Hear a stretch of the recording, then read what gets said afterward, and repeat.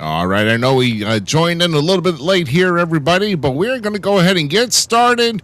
And we got a special broadcast presentation here for you tonight of the Falls Count Everywhere podcast. And we'll get into the details of this as we start things right now.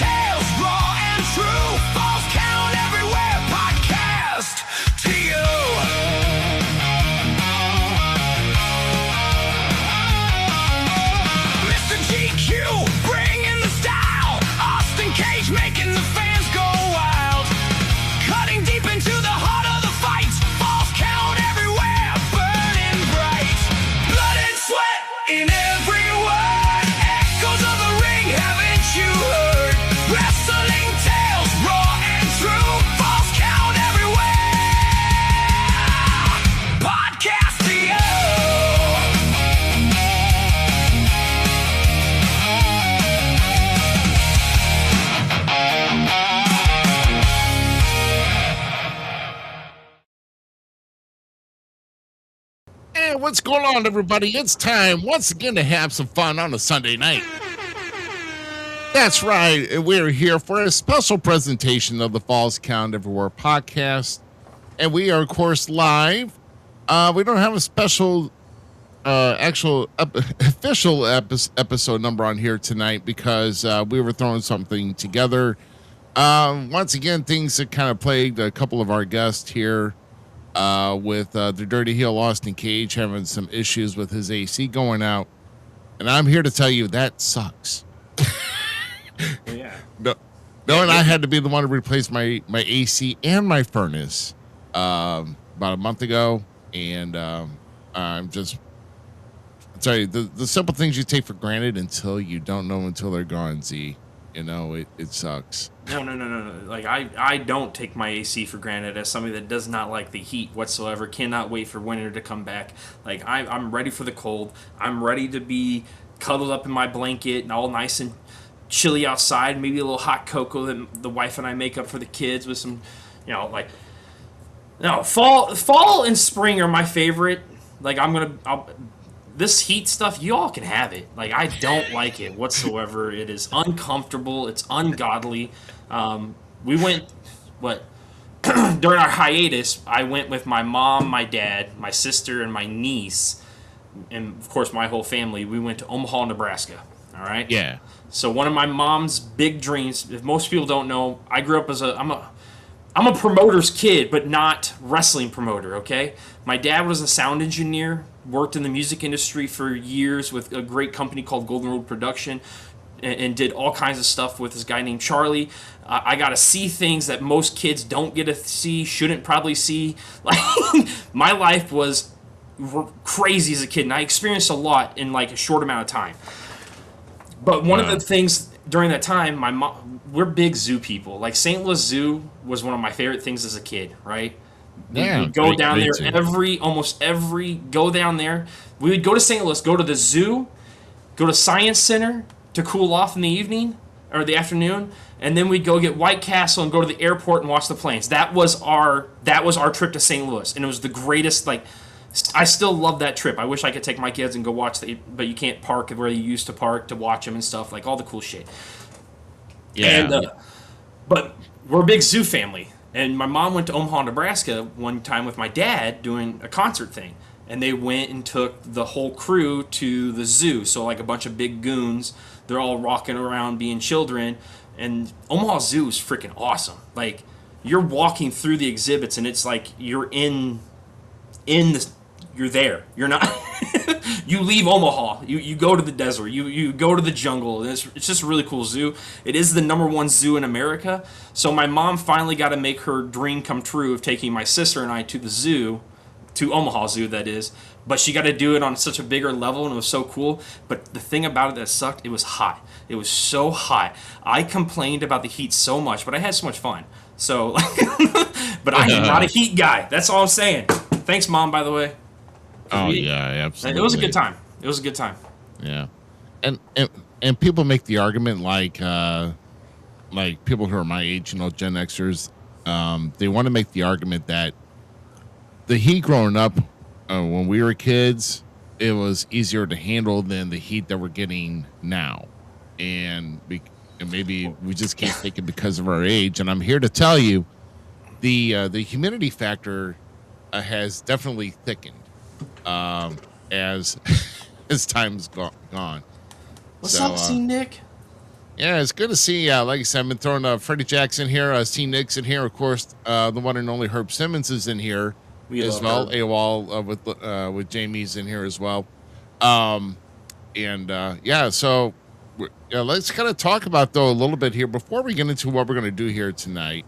There are some things around the area that went down last night. In particular in Belleville, Illinois for SICW. So it looks like we got a new a champion at the helm as Bobby D recaptured the SICW Classic Championship in a St. Louis style Texas death match, which I'm kind of a little confused about how that is, but I guess I like St. Louis death match. That has a nice ring to it. If you know, you know. Like, St. Louis is a tough town. But you know what? Growing up in the Chase, though, because they've had Texas death matches around this area, especially growing up around with Sam Munchnick, wrestling at the Chase, and 70s and 80s in the Keel, there have been some Texas death matches. And they do have, like, a different flair. And it's almost kind of like, I don't want to compare it to, like, pizza, but, it's got its own different type of flair, So Chicago. So wait a minute. Time out. You have my like food joking like. So is death matches the pineapple and ham of the wrestling world? Like, is that the equivalent? I'll say it. I don't chose care. The most foo-foo pizza. Everybody complains and everybody argues that does pineapple belong on pizza? No. Exactly. And since I've been in the business and just a fan outside of the business and doing the We Talk Wrestling stuff and trying to be a journalist of some sort about an industry I like had love for and no idea, you find out quick, not a lot of people like death matches that much. So is that not the pineapple of the pizza topping world, bro? Yeah. Well, there could, but also another thing here too, as well is what could also differ from it is maybe the rules of a Texas death match. Because where I grew up from, Texas death match was either with like a leather strap or with like a bull rope, and you got to pull your opponent across four corners to win. I mean, that's the one I thought. Isn't that just a bull rope match? Well, no. I know. Oh, no. I get. Excuse me. Texas death. I thought Texas death though was like you would pin your opponent, and then they also have to stay down for the count of 10. See, that's what I always thought of Texas death match was. Okay, yeah. So I thought that's what it was too. I got my thing. I got my different match types all mixed up here a little bit here. So, but yeah. See, Nick, you and I are going to get along just fine, my friend. I don't like pineapple on pizza either, just to clarify. Yeah. Well, yeah. Now, I will do a north and south of the border, like jalapeno and Canadian bacon, and then that'll be kind of cool, And still, there's a lot I would try. There's a lot I've actually cut out here in the last few weeks of my diet, so there's a lot I'm cutting out. So I had to kind of like make a cheat day for something that I want to try. Yeah. Oh my goodness. Yeah, but congratulations to Bobby D knocking Strictly Business Brandon Beretta.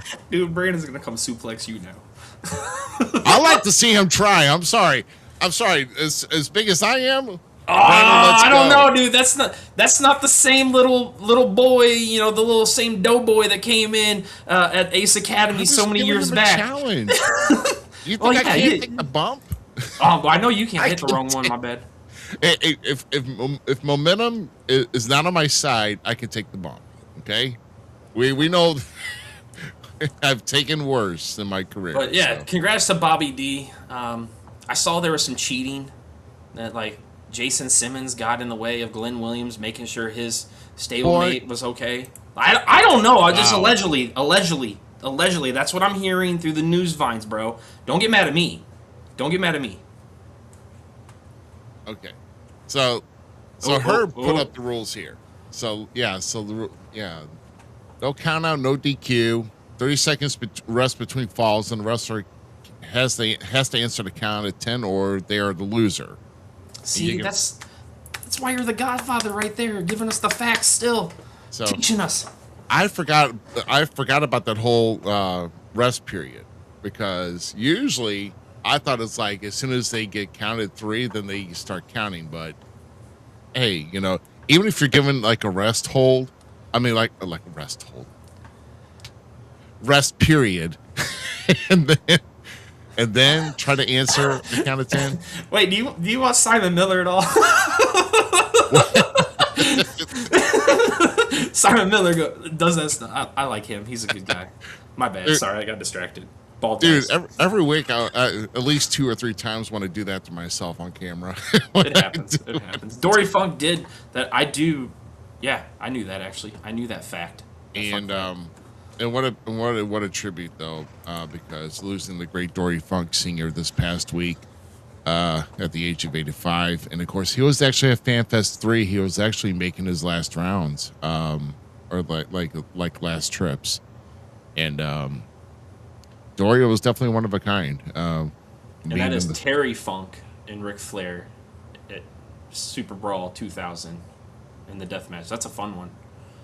No, yeah, the 1989. Yeah, I was gonna say Super Brawl wasn't all the way up until 2000, was it? Wait, now I'm seeing this comment here. Now it's almost gonna trigger me. This like, yeah, of course. The 89 Flair and Funk, remember Funk turned on Flair after he won the title from Steamboat, and then they had that short little feud, and then put Flair as a face for like a short bit. Then he turned him like back to a heel like in like 7 months. Flair's best was thing like a very short the Black stint. Scorpion. You know, it was a short stint because then they invited Sting on as a horseman, and then Flair turned on him, and then Sting got injured, and then well, that was the era of wrestling where you didn't know if Sting was good or bad, like period. I knew Sting was a face. He was a dirty guy. No, everybody loves Sting. Not Sting. I mean Flair. My bad. We're all fucked. Oh my god! I was like, what are you talking? My bad. Like, too much, buddy. I had Black Scorpion. No, but Flair was that type. It's either you're gonna love the guy or you don't love the guy. Yeah, and you know what Flair says: whether you like it or you don't like it, learn to love it. So that's basically what he kind of symbolizes Ric Flair. Flair is in that aspect. But yeah. Oh my god, I totally forgot about that. Yeah. Yeah, because I remember that too back in '89 where Terry Funk put that plastic bag over Flair and he tried to seal it off, you know, almost like suffocating him. Is almost like a suffocation torture type of, you know, trying to waste somebody. And they aired that right on TV. I mean, they did it again with TNT with John Moxley and them, so. Oh yeah, Moxley did it too. So it's like, yeah, you know. Idiots. Yeah. It's funny how history repeats itself. Yeah. Yeah. Talking to a few people, you know, and even just, you know, hey, Alan's watching here. Yeah, Alan. Hey, boss man. Yeah, hang around, boss man. You're gonna like some of our segments coming up here. Yeah, You're gonna like. No, this is why I deserve a raise. That's why. Yeah. Well, actually, Ruby did all the work. I just sent him the stuff. No. You sent me stuff, so it's not like I pulled things out of thin air. You sent it to me. You know, You look at it this way: when I'm taking batting practice, you're the one lobbing the ball so I can smack it. Hey, dude, we put together a great show for this afternoon, this evening. So, Yeah, man. Yeah, we got some good stuff here. So you know, I mean to tell you, just go real quick back to SICW. There's got to be a huge vendetta against Glenn Williams because Jason Simmons now is getting involved physically. I mean, Glenn at least gave him respect on the fact that he's a strong boy. Like, he's a strong dude. That guy's out in the heat. Talk about somebody in the heat all the time. Jason and his wife be cutting down trees, doing all kinds of yard trim. Like, yeah. Hat off to you, sir. Jason's not an office worker. I'll tell you that right now. No, he's a rugged, tough son of a gun. Yeah.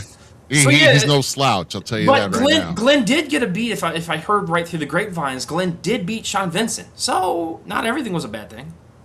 Well, I mean, he made a song about it beforehand, and that he's better than Sean Vincent. So I mean, truth hurts sometimes. I'm glad my veteran respects me enough that I don't have to go and fight him in the ring. I'll say that's you. I'm not gonna fight you anyway. Like, I'm just gonna walk away and be like, I'm better than you. Oh man. Oh no! Wait a minute. Well, now we're almost intrigued here now because I think I'm gonna have to talk to this guy here and find out why. I mean, we're not gonna spread it out here tonight, but you know how many times I've thought about this because like recently I got my license renewed in the state of Missouri, so I'm good for at least another 2 years, right? I've got 30 years under my belt, but right now, I mean, it seems with the way I'm changing things up, things are at a good momentum for me. So it's like I don't know when I want to quit. I personally say you don't quit. You just transition. You pivot to a nice thing that you already do, and you do really well. We could be a mean commentating team. That's all I'm saying, bro. That's all I'm saying. Yeah. Right now, like I said, you keep kicking ass. Yeah, I'm not trying to take you away from that squared circle. I respect it. I understand the way of the wrestler and the passion that they have to creating and honing the craft, or at least they should have. But yeah. Well, seeing Nick, I mean, we haven't had him on for a while, so I mean, I like that guy. I may have to chat with him and just kind of we may have to have a conversation with him, kind of find out what's going on. I share Mr. Nick's stuff all the time. Yeah, Nick's my dude. I mean, he's traveled. I mean, he's gone to like different countries to work. Yeah, he was overseas in Europe this year, Canada, I think. Yeah, and as close to us with Midwest Wrestling Coalition, he's worked too. Yeah. So, like I said, I mean, Nick's been around and he's done some good work. So, yeah. Oh yeah. Well, we'll chat soon, buddy. Trust me on that. We'll definitely be chatting soon. So, yeah. So I guess also the speaking here too. I guess I was kind of hyping up the whole the ACW show, which by the way, unofficially, I will announce here right now that we have a soft date for launch of the ACW the Show TV series. Which will be launching on Labor Day weekend on Tubi. So, I love Tubi. Bring me more wrestling to Tubi. That's awesome. That's right. So we're going to be bringing ACW the Show on Tubi. Looks like on Labor Day weekend. I said it to you. I don't know if we've said it here on live either. That's awesome that ACW is coming in there because like NGW with their stuff they're doing on Roku, Chase and I have tried to tear through some of that. It's good to see local wrestling getting televised in some form or fashion. So I love the fact that ACW is going to be coming to something where you can watch it. But NWA has NWA Power on Tubi too. Yeah, I know. Yeah, Tubi's becoming a powerhouse for streaming. Tubi is goated. Really, what really started it all was Pluto. That's the engine that really started everything for like all the free channel streaming. Oh Pluto was the bomb, and they had the TV, the TNT, the TNA network, and they would play. So the day after each episode, like Thursday I think is when they shot their stuff. The day after all their shows would be put up on there. It was awesome. And then there was like one up in Chicago area. I think they had their stuff there. The AC. Wait, was it Yeah. There's some big ones up. ACCW or something like that? Yeah, there could be, I don't know. There's a few good ones up in Chicago. That wait, was it the one that Seth Rollins used to be in, or Rohit Raju when he was went there Tyler a Brawley? lot. That's the only reason I knew about the promotion is Rohit was there a lot, so I watched it up there. But I can't remember. Oh yeah. It was like blue, yellow, and black was like their logo, and it's like Oh my gosh. Yeah. I can't remember what it is, but they were pretty good. Yeah, they were a good wrestling promotion. And I was just wondering if it was the same one where Seth made a surprise return. Possibly, Yeah, I think. possibly that one. Yeah, if I'm not mistaken, it was. He helped out his buddy or whatever. Because it was like one of the first promotions that booked him or whatever he worked for. Yeah, and he came back. I want to. You might be right. It might be this. They build in this awesome like gym area that has like a stage on it. It's real ornate, pretty, like white. Killer venue. Up there, it is. I mean, it's an awesome venue. I wish I knew their letters. I'm sorry. There's so many. Yeah. You forget the alphabet. Yeah. I'm not pulling very well from the alphabet here tonight. So, Pluto and TV are awesome. Yeah, we're great. And I don't understand why wrestling fans would put it down, because I mean, if it's a well produced TV show, the thought goes into the production, into the quality of the matches and everything else, then why would they be whining and complaining? I don't get it. Like, I still watch OVW stuff to this day. It helped when I saw a bunch of my friends down there. Like, I still watch because Brandon every once in a while was down there, but now he's more in NWA, so I've been focusing on that because I want to keep an eye on what Beretta's doing because I really enjoy his work. So, but it's nice seeing all these promotions finally get more or ways to screen time. Brittany, she was down there with Booker T's school. She was on the show with us, right? Yeah.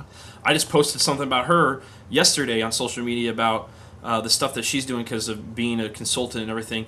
And Steph DeLander and Cody Deaner had a back and forth about which one you need to focus on the more. But I think I'm with Steph a little bit on it, but I see where Cody is too. But remember, I'm just the journalist kid that wanted to just talk about wrestling, be about wrestling, and then commentating. I didn't want to be a wrestler, so I don't have that drive that some guys that do, or the passion they have for the in-ring work. But to do both is very important, I'm finding, on each side of the card, right? Holding your in-ring ability and getting the fundamentals, but then also really focusing on how can I maximize the viewership on me and the eyes on me in social media, YouTube, all that kind of stuff. It's giving indie wrestlers the platform to build portfolios basically for the bigger promotions to suck us up and do their things. I still say it, and I'm going to keep saying it, and I'm going to keep touting it. Territories never died. They just renamed it, and egos got put in place. That's what happened. If you really think about it and pull it back, nothing changed. It was just how the perception of the world changed, unfortunately. Right. And we have the ability now to fix it and kind of change it back to a better, more healthier environment. There's still going to be those, egotistical people, the people that, it's all about me. But at the same time, you have to have those people to make the people that aren't that highlighted. So it's one of those give and take things that we all have to figure out. But I do believe social media is very important to a wrestler or a persona. Yeah, social media is definitely a tool. I wish that everybody just used it as a positive and not for like scam or negative. And that's the unfortunate part of having something that's very accessible. He tired. I don't know. He wasn't feeling very well. Under the weather, car sick. Travel. I don't know. He could make one of his Hollywood mansions, I guess, Yeah, and so travel. he's staying at a Motel 6 to kind of lick his wounds. I don't know. They'll keep the light on for you. Even for him, they'll keep it on. Even for him. Oh my gosh. Yes. Oh my gosh. Much love, boss man. Yeah. And like I said, going back to St. Nick, Joe Pedicino and Bonnie Blackstone. I remember watching the syndicated pro wrestling this week where they would take clips of all different promotions from like highlights. We're talking like NWA and WWF, and yes, I'll say WWF. Don't censor me. Um, and then from like the Memphis area, and then like there's other territories too. Even with, I think they even did world class at one point, and also USWA. So that was pretty cool. Yeah, I remember pro wrestling this week. That was back in the late '80s, and probably Jump City Mount didn't really remember that because he was kind of. You were probably about a toddler then, so. I was the kid that like went. I didn't know much about the indie scene. It was just WWE, WCW, ECW, and then later on I found TNA, and then I find out what CZW was, and then I went down that rabbit hole. But it wasn't for me. Like it was too much. The only person, I'll be honest, the only person in CZW that really stuck out there was 3 people. Cassius Ohno. Yes. Claudio. Yeah. And John Moxley. Yeah. When John Moxley and this is, I will say my love for him came from like the hardcore deathmatch stuff. The Sawzall thing instantly was like, I respect that mother. I respect him. But then I found out that he was a decent wrestler and like flowed really well for me, like in his actions, and I was a brawler fan. Like Triple H is one of my favorite. Arn Anderson's one of my favorite. Like so I like the brawlers. He kind of fit the bill to a degree on that, so like he stuck. But those are the 3 guys that is the only reason I watch CZW at all. Wow. I was gonna say because a lot of those guys were just brutal, especially with Necro Butcher. Oh dude, yeah. That Samoa Joe. I just wanted to get laid. That's on the dark side. He said it on Dark Side of the Ring. Don't get mad at me. He said it. Yeah, I know. It sounds like something he would say too. That's incredible. Because his girlfriend at the time lived in Philly when he took that match. Oh my God. Samoa Joe. Yeah. I appreciate you. I do. That's a guy I want to meet. I really like that. He's one of my favorite. Like, he's probably my OG TNA favorite because I met one of them already. I mean, I met him as. Oh, my picture's not out there. Never mind. But I met Curry Man, and if you know, you know. Oh yeah. Yeah, Christopher Daniels. Yeah. Yeah. So like, I'm cool with meeting Curry Man because I love that character was hilarious to me. Him and Shark Boy. So I'm bringing off topic. I'm just nerding out. Well, yeah. So I mean, so we got a few more things to cover here, I guess, including with mine. Yeah. If you see the nice little jersey hanging behind me, those are some jerseys that were put up for the workers and staff, whoever wanted to pitch in, and so now I got a different jersey up here now. Hey, my brother. But no, ACW was in DeSoto last night, and see, and I just gotta admit right now that I really misread or misheard the challenge, because what it actually said was Party Town was in a handicap match for the ACW championship. Well, Yeah. I took the assumption that it was just me and Bubba going against a Gray Rider. Well, apparently it was the way they had it worded is that we were facing for the championship, but it was a handicap match, and the other side had all the competitors.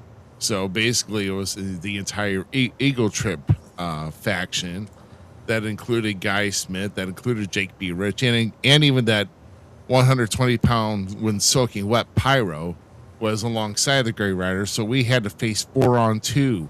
And the match didn't even officially get underway because they just went out and just hauled off on us. And I put up a fight toward the end, but just, no, didn't come to be.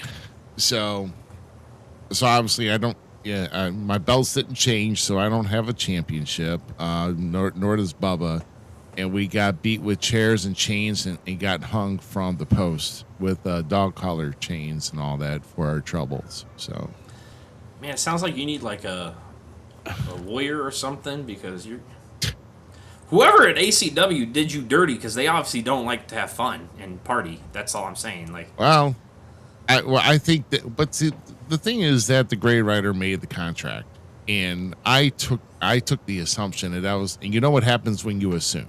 yeah, so, you made nasty yourself. so fool me once, shame on you. Fool me twice, shame on me. Type of deal too. So our next show for ACW is not gonna be until September 26th, and I don't know what's gonna be up, but we're gonna have the show right before we're having the major ACW Super Show 4. That will be in St. Clair on October 24th. So I don't know. I'm just waiting to see when we're gonna get our shots back at the tag titles. That's all. I thought that maybe we would have a good shot at the World Championship, but apparently, man, you guys could have done like a lay cool type thing, and cut the belt in half and had it like power together and stuff. Very rare. Management would have not been cool to have us cut the belt in half. I mean, hey, magnetic. If you do it first without permission, they can't really. They're only gonna get mad at you. Yeah, I don't feel like forking over money like that for a damaged belt. What? Yeah, I don't want to fork over that type of money though. Good point. But no, but I tell you, they did kind of wail on my back last night, and actually my back was seasoned up on the reel last night as I was trying to break. When they were breaking down, I was trying to get my stuff together, and my back just started seasoning up. So you did it in style, though. Yeah. Chairs don't feel good. Stairs don't feel good. Chains don't feel good. Stomping and landing on me. I was talking about teardown. Oh. I was making a joke. Oh. You didn't obviously catch the pun that I made about at least you did the teardown in style. Oh, right, yeah. Yeah, it's not like I wanted to do it in style. I mean, I was hoping to be a little bit healthy instead of trying to just sit there and stretch in a freaking chair. You hoped you had a little more pounds on you for once in your life and had the 10 pounds of gold. Yeah. Would have been nice. I mean, I've already held it twice, so I mean, at least yeah, but you haven't held it as a tag team. Yeah. Once again, Party Town being the lay cools of ACW, that'd be kind of cool. I'm kind of digging this idea of you and Bubba being co-champion. Yeah, it would have been nice, but I don't know. We've got some big surprises and some big things coming up for the Super Show. I would definitely love at least get your tag team titles back. Yeah, I would like to have. It would be nice if I got some sort of representation of this brand down to the Super Show on October 24th, but we don't know if that's going to be possible. So, definitely not from Austin Cage. He ain't gonna. Let me check my schedule. I was gonna say Austin Cage is not gonna haul his ass from Evansville for that. I want to say, hey, Alan, boss, do we have a show that day? Is he still That's here? the question. Am I free? Yeah. Who knows? He might have already fell asleep. When the man doesn't take a day off. Like, he doesn't at all. He doesn't try to recharge at all. But neither do you. You guys, busy bees. Yeah, I mean, I'm always doing something. But that's all right. Oh, but we do have one. Let's get to another order of business here. So, so in about 2 weeks, August 22nd, IEW is coming to Highland, Illinois. There can only be one, so that's at the KC Hall in Highland, and so they announced matches, bud. So I guess Billy McNeil's making a return to IEW. Yes, he actually is the number one contender. So he got the number one contendership at our last show to take on Big Daddy Dion, who has been on a tear in the Midwest. Big Daddy Dion's awesome. Like that kid has a lot of talent, but Billy McNeil's going to bring that veteranism, you know. He's a high flyer. He's quick. Him and Exodus just tore it down and formed a tag team. If what I'm hearing is correct, or they're going to be potentially. Like I didn't get to check into All Stars tonight to see, but yeah. So Billy's been tearing up the scene a little bit differently, and now he's going to come here and prove himself. Not prove himself. He's already proved himself. He doesn't have to prove himself. Actually, that locker room needs to bow at his feet every time he walks in there. But Daddy Dion being the showstopper he is, I don't know if he feels the same way that I do about Billy McNeil. Yeah. Well, speaking of which, so another announced match, a tag team contest with Dragon's Guild taking on the Revolution. The return of Dragon's Guild taking on Revolution, and Revolution's gracing the Illinois Elite Wrestling ring once again. They've been away for quite some time. Man, it's nice to see these tag teams kind of start to peel back and want to come in here. And Exodus reforming Dragon's Guild is bringing it back home with Grimsley. So I can't wait to see this. This match is going to be. It's already being buzzed about pretty heavily. Yeah, and could possibly be in the tag team title picture maybe down the road, but only time will tell on that one. Time will tell on that one. But speaking of tag team titles, that's what you got for Malicious Intent defending their titles against Men Who Do Things. So, hey, don't count Mr. Corey Andrews and Logan Simmons out just yet. They've been pushing the buttons of Malicious Intent for some time now, chasing that gold. And I, as much as Waylon scares me and Aleister Crow could tear apart anyone, I almost think the guys that can do things are going to win this. I mean, that's if if that's Logan if they get it done. That's the whole point. If Logan can pay for his ticket and get in the door, then yeah, he'll be there. I still don't understand why he did. Logan, like, he was running late, and like he literally tried to pay for his ticket. Like, guy, just get there when you're supposed to. Yeah, get when you're supposed to. Like, stop trying to do something so. We'll see what he has up his sleeves. He throws people off that kind of stuff, man. Don't. Yep. And then of course, the big one, the big one, for the AIWF Heavyweight Championship, and that is Jody Ultra defending against 5-star Jesse J. So I guess this has been one coming for a while. Yes. These two, Jesse showed that he was no interim champion. When Mr. Poole decided to relinquish his rights to a title match after his collarbone injury and breaking his collarbone and giving Jesse J the full titlement of champion, Jesse proved that he was a 5-star champion through that whole time. Now, Jody, we all know he is the man of the show. When it comes to IEW, Jody is the king that reigns supreme. He will run his mouth and kick you in the face all at the same time while he does it. He has no fear, no man, doesn't matter how big, how small. And Jesse, Jody got one up on him, got the belt, and these two have been fighting over it now for a while because Jesse feels slighted. And in some sense, there were some friends around the ring for Jody. Maybe so, okay? Maybe so. We gotta be honest about things. But at the same time, Jody won. Get over it, Jesse. Go to the back of the line. That's what Jody feels. It's kind of how Zmiz feels to a degree, too. These guys got to cycle in and out better. Like, just because you were the champion for a good time, you did a great thing, it doesn't mean you deserve to be the champion anymore. Let somebody else be up there, you know? Jody's carried the IAW roster. This is going to be a last man standing match. We will find out that there can only be one, tongue-tied. Will Jody Ultra be the king? We'll see. Can 5-star make it a 5-star match? Probably so. With Jody and him in there, this match is going to be a barn burner. It's gonna bring the heat. Yeah. Jody, that picture though, I'm sorry, man. I look at that, I'm thinking skinny Trick. So I mean, I'm sorry, it's not. Dude, let's be honest. Jody was Trick before Trick thought about being Trick. Hey, Yeah, that's truth. That's true. That's facts. And that's going true. back to another four-letter word company of CHWA. He was already playing that role way before Tricky Williams came around. So, Jody, you are the king, in my opinion, brother. Yeah. He totally was. So, totally was. So, yeah.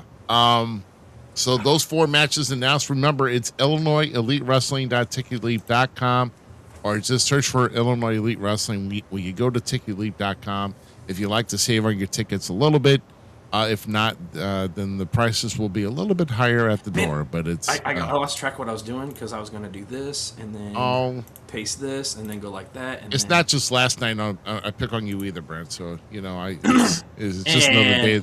It's just another day at the office with me. Right there on the screen. Oh, why is it on Twitch? But still, that's the link to get to the tickets. Hey, way to utilize that.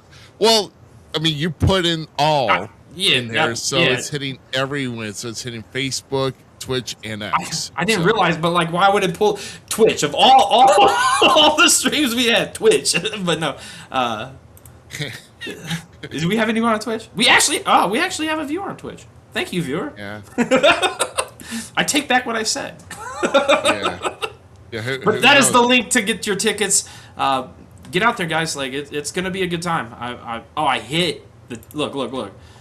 This one's gonna be for Facebook. Yeah, that was gonna be for Facebook. Yeah. This one. It should be linked in there anyway. So. This one's gonna be for YouTube. Yep. And then okay, that's fine. Yeah. Also, stalking you is the user on Twitch that watches us every week. So it's actually Ooh. Hopefully, stalking you is not the one who sends those bots every week that I have to censor and block. So just if you're the one doing that, then don't do that no more. But if you're not, then cool. Stalk me, Daddy. Stop that, will you? If you don't know, that's something I do on. So on Zmiz's Good Brother Gaming, I play Ark, but I haven't put any videos. But I've been recording slowly just so I can build stuff. But there's an episode going to be coming out where I'm getting shocked by jellyfish and stuff to raise up one of my dinos. So I was sucking a ball of it, and I just kept saying, "Shock me, Daddy," every time.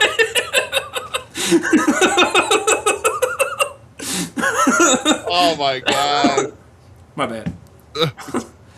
Don't blame me. I wanted to, if it's in a different tone of voice, like I think it is. It will be. I think you were there for some of it when I was. Yeah. Oh god. No, you don't have to. You don't have to. You're good. It's okay. I do not need any more videos of like women trying to act like they're kitties and try to go in the litter box. Okay, I think I'm. Wow. Thanks a lot, bud. Or someone actually dressed like a chicken and trying to cluck. Okay, I do not need that in my life. Oh my god. Hey, speaking of which, let's kind of give everybody. It's still far away, but there might have been some slowdown of announcements. Might have been. I don't know. I have not glued myself to Facebook in a couple weeks. Really glued myself. But let's remind everybody that we're the first vendors to ever sign up for SICW FanFest 5. That's going to be happening May 14th and 15th, 2027. So we are the first guys to I think like the quickest record, like in 3 seconds. Oh yeah. That's not the reason why the number 3 is on this jersey, but no. I'm just, but we are still looking forward to coming down, hanging out for FanFest 5, May 14th and 15th. There's been a lot of great names that have been announced. I mean, just think with Nikki Cross and Eric Redbeard being announced. Bro, I got to get that picture. Yeah.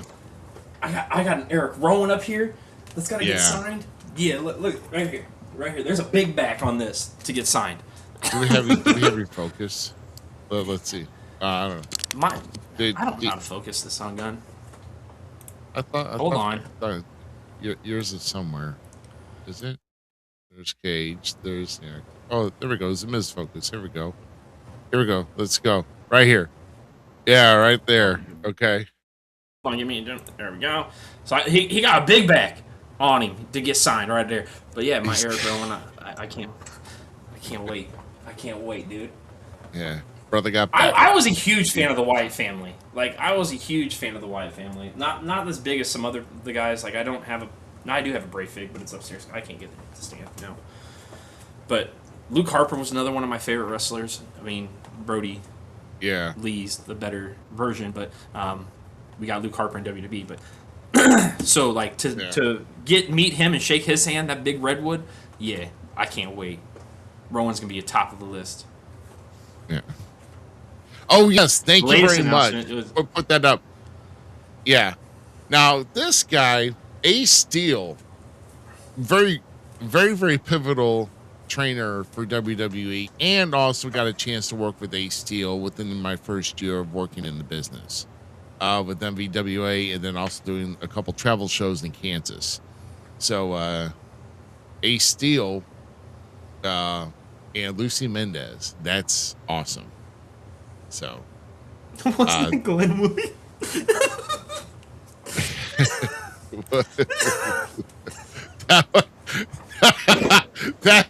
that dude. Eric Rowan is not Glenn Williams in a freaking green jumpsuit. Oh my god! Let's get it back up. I got to now. Where are you at, Glenn? I'm sorry. Glenn, I'm sorry. This is not a conspiracy. I promise. But it does look like that is it. Oh my god, bro! Oh my god! Holy crap! Holy crap! Oh, that's great. Man, I'm not going to be able to look at my Eric Rowan figure the same anymore. Hey, next time you see Glenn, why don't you bring that? No. See if you can find the duplicate figure and see if he'll sign it. Dude, these are like, they're in Lucy's all the time, so maybe I could find one. That is Glenn Williams if he was featured in Dirty Jobs. That's Williams right there. It's Glenn Williams. No, not my grown no more. That's funny. That's funny. That's too. I'm sorry, Glenn. I apologize. Oh my god. Oh, thanks to Alan. I'm not going to get that image out of my head. That was Alan Williams' fault. You direct your nasty burn towards Alan Williams, okay? That's right. Not us at his I laughed. I did. I laughed really hard. But I'll have to look again to see if we're yeah, like I got to see this past I did miss SICW All Star Wrestling because I was trying to get what I could get together here tonight. It's been a crazy week for me in the past, but I really do miss some nasty burns. I'll tell you that. This is kind of funny. That to me it's hilarious. So nasty talk is definitely one of the high points of All Star Wrestling, SICW's All Star Wrestling. So sorry, Mr. Herb. Whether Herb chooses to admit it or not, I mean, numbers don't lie. So it speaks the volumes. It does. It does. Or it's just that Glenn has it always up to 10. Yeah.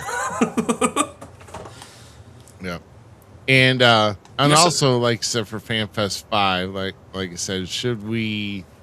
I wonder what other type of team type of shirt or jersey or whatever, something we all wear together. I kind of like the bowling jersey idea that you said. The bowling. You kind of like the bowling shirt. Yeah, like I'm down with that. The jerseys came out nice. I'm not a baseball fan. But I thoroughly enjoyed them, so like I'm here for them. If you wanted to do hockey jersey, like actual hockey jerseys for us, that'd be sick. My god, that would be fat. But you got to put a black. Like I have to have a Blackhawks on the front, or we'd have to figure out how to do a hockey jersey type thing for each one of our guys. Here. Whoa. Wow. Herb, it's this guy.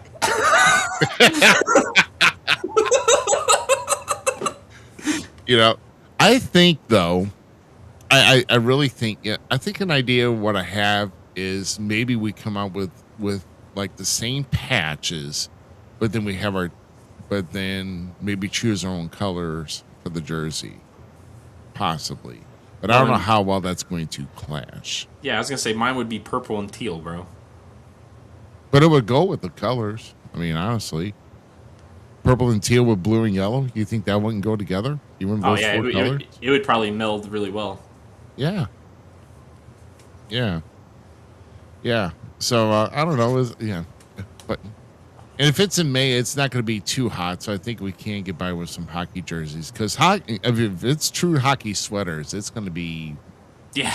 There's a reason my Blackhawks one Assange just sits up in my my room because the summer gun was hot. Yeah. Unless you're going to have colder temperatures, then you can break it out. But yeah. Oh my goodness. But yeah, Fans Fest 5. Make sure you remember that. And now the reason why we're bringing that up is because here's the guy we want to focus on here tonight that's also been announced. And that's Buzz Bloodsaw. So I guess he is still, I don't know if that's like an older picture, but that is Buzz Bloodsaw with the AIWF International Championship. Oh no, he's former international TV champion. Okay, yeah, but no, Buzz Bloodsaw will be coming down to FanFest 5. So, and like I said, it was a great conversation we had, and actually tonight, so I don't know, yeah, they're just making posters for the guys that are coming here because I don't think. Be paid to put his pictures on. I don't know.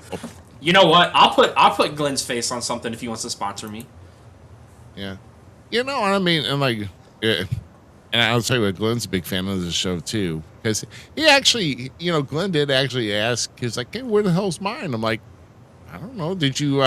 did you order one?" Yeah, I mean. Yeah, I know you're the star of the show and everything, but I was doing this for the host. Just let me know, Glenn. And Glenn, let me have this. We all know I'm the star of Falls Count Everywhere. Ruby's just the brainchild behind it. I'm why you all tune in. Z is the big reason why he tunes in. Yeah, and some other people are like the other reason why they tune out. So that was rude. That was a nasty bird. We're I really need to get myself a pepper card. Oh my god. Yeah. No. We got a great crew here, and like I said, we got the fearsome foursome is what I like to call us because we definitely because we sure as hell been through a lot this past summer. We've been through some stuff. I'll tell you that right now. We've been through quite a bit.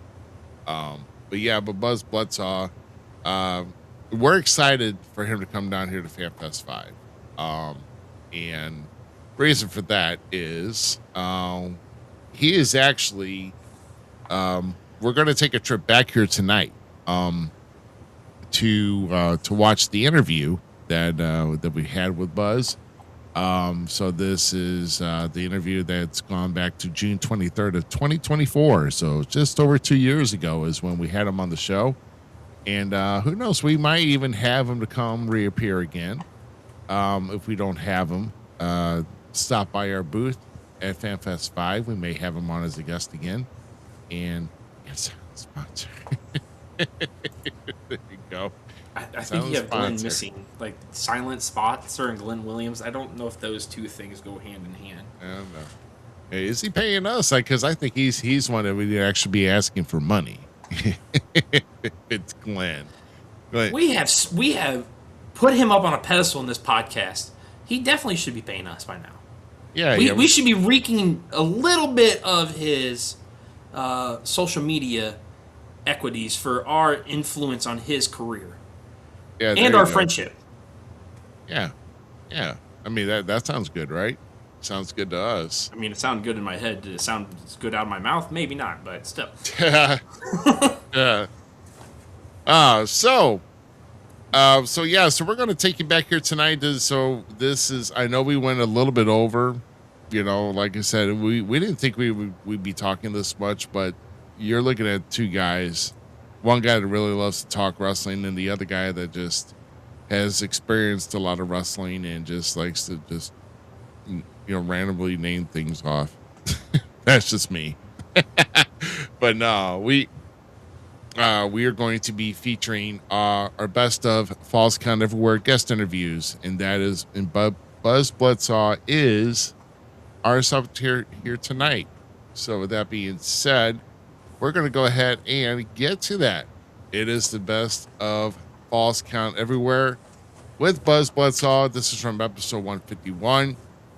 Enjoy this interview because it is definitely entertaining. And then, like I said, we're going to have all four of us back next week. So let's go ahead and get you that interview now. Right. Bloodsaw, how you doing, man? Good to see you. Oh, well, what happened? Here we go. I don't know. It's doing its own. Bloodsaw, how you doing, man? Oh, let me get your mic on. I am so sorry. Once again, give me 1 second. Oh, what happened here? Now I can't even get his mic on. What did I do? Oh, give me 1 second here. There he is. There we go. I think, I'm sorry, buddy. Maybe I muted your mic and it killed you on your side too. So my apologies. No, it's all right. So how you doing, man? Said I had to approve speaking, so that was fine. We're living the dream, brother. How you guys been? I mean, it sounds like you guys been doing a lot of stuff this week, huh? Yeah, it's been a busy one, but busy week for everybody in Rouse. That's the best part about wrestling right now. It's busy and thriving, right? It's great, man. Wrestling is awesome. I mean, just today I've been talking to different AIWF promoters all over the country and all over the world. So, when wrestling is good, wrestling is great, and that's what we're all here to do. So, it's a beautiful thing. Amen. There you go. Absolutely, man. Yeah. So once again, I know you come out of the insane asylum, but more specifically in the East Coast, Upper East. Around the state of Connecticut. We know some crazy people up in Connecticut from what we know. So at least that's where they reside. So don't go near Greenwich. That's you gotta be a little crazy to stay around this. Yeah. Yeah. There's a Mean Street Posse want to avoid out of Greenwich, so stay away from there. So you're not wrong, man. These streets are out here. Oh man. Yeah, but once again, we thank you for joining us here. And once again, guys, go ahead and hit with your comments in the section here. If you got any questions here regarding with our guest of the evening, go ahead and hit them up here in the chat as well. And did you? Yeah, I don't know who was Super Strike. Okay, yeah. So anyway, I'm sorry, I'm looking in the comments and I got that squirrel mentality. I'm going to stop that right now. But it's all good, man. There's a lot going on. We got a good picture, a good frame. We got scene changes. It's a whole show. You know what I mean? Bloodsaw is here, so we're bringing the whole show this week. Exactly, man. So yeah, so what I will go ahead and start off with here is kind of take a little approach of our initial question here. So around what age did you start watching? When did profession really catch your attention? You started watching it, and then also, can you recall the moment where you decided that you yourself wanted to become a professional wrestler? Well, it's that's a real interesting question for me to answer. Unlike most people who are now wrestlers, I actually didn't grow up watching wrestling. I wasn't allowed to. From a young age, believe it or not, I was a little bit of a crazy kid. But the moment for me, I mean, listen, we're all wrestling people here. Everybody remembers Coliseum home video? Oh, yeah, buddy. Yep. Right? Everybody had those. So I believe it was a SummerSlam. I don't remember the year, but Undertaker and the Ultimate Warrior. They were wrestling, and there was a vignette with Paul Bearer, and he goes around his home, and he's got the bodies falling out and all these things going on. And then, here comes the Undertaker to the ring. And I remember I was a young kid, and I'm watching this, and I'm going, man, I don't know that anybody's going to be able to do anything about this. This guy is going to just run over whoever he wants to run over, you know? And a couple seconds later, here comes the Warriors music. It hits. He comes flying down. I believe it was a body bag match, but there was this moment in the match where Taker's got him by the face, and Warrior's fighting his way up, and he's pressing the hand off of his face, and you can watch the paint just ripping off of the skin. And for me, I was like, man, that's cool. And then, for me, that was where wrestling really kicked in. And then a little bit after that, I decided, you know what, I'm going to jump off my refrigerator. So I pulled out my couch cushions and I laid them on my kitchen floor. And I had a wrestling buddy. This is a true story. And I jumped off the fridge, trying to do a big splash. And after that, I was no longer allowed to watch professional wrestling. Fast forward 20-something years later, and I was actually I was playing football and I was doing theater. And a guy up here by the name of Mark Gore gave me a call and he was like, "Hey man, you should try a seminar for wrestling." And I was like, "Oh, I mean that's cool, man. Wrestling's cool and all, but like I don't even know how do you even get into that sort of thing." And I went to a Robbie E seminar. This was on a Saturday in November. I went to a Robbie E seminar. I was the only guy to show up for the seminar. I was there for 3.5 hours. Me and Robbie E hanging out, working out. And I quit my job on Monday.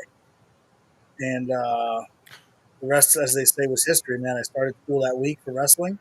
And December 6th, 2011, day that will live in wrestling infamy. When I walked in, I started getting going. So Wow. That's my story, more or less. You know what I mean? Quit his job and just dived right in. Yeah. That's a hero right there. I was running the gym. Dude, I was running the gym, and I said to myself, you know what, man? I like doing theater. It was cool. Performing was cool. I liked playing football. I liked hitting people. That was cool. And someone said to me, you can get out there. You can hit people. You can entertain the people. You can tell stories. You could be whoever it is you want to be. And maybe you get paid for it. And I thought, well, I might as well take a shot on that while I can. And that was almost 13 years ago. I'm more jelly. It was like Robbie E that you were the first one you hanging out with, man. You and just Robbie E chilling in the gym, pumping weights and throwing each other around for a little bit. We're in the ring. We were in a ring. It was a show, and it was like a snow day, so nobody else really showed up. They ended up canceling the show that night. There wasn't even a wrestling show. I literally was just there, and just got it going, man. I was like, "What?" He said to me, "He goes, what do you know about wrestling?" And I said, "Nothing." So whatever. It was cool, man. But I jumped on the refrigerator, and I'm not allowed to watch it anymore. Dude, that's awesome. Much, man. So it's funny about the refrigerator thing because I remember imitating Kane one time on one of the neighbor kids and choke slamming him in the middle of the backyard, and I didn't get to watch wrestling for like 3 months, and it was like the worst 3 months of my life. So yeah, I've been there. Yeah. So it was cool, man. It was cool. It was just like my formative time watching wrestling was just those Coliseum home videos. So like, in my current work, what I'm doing now, I'll segue a little bit. I hope it's all right with everybody. Now I show up and I work with Paul Roma at PAPW in East Haven up here in Connecticut. And it's really funny because I watched wrestling for like a grand total of 2 years in the late 80s. And like, Paul Roma was, of course, like huge at that time. He's in all the tag matches, and it's like now I like text him Merry Christmas and stuff. You know what I mean? Like it's so funny how like a very select group of time in my life in wrestling has still managed to come full circle, which is really cool. That's a really cool because I'm just a commentator, right? So all I do is sit behind a desk and get to put the sugar on top of the show and the thing, and that's what I love. But I got to hang out with one of my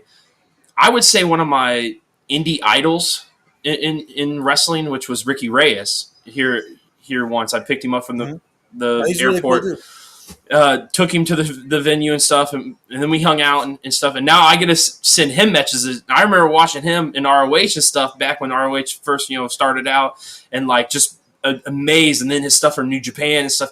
So like being able to like hang out and get to message and throw him a happy birthday or something and he sends them back to me.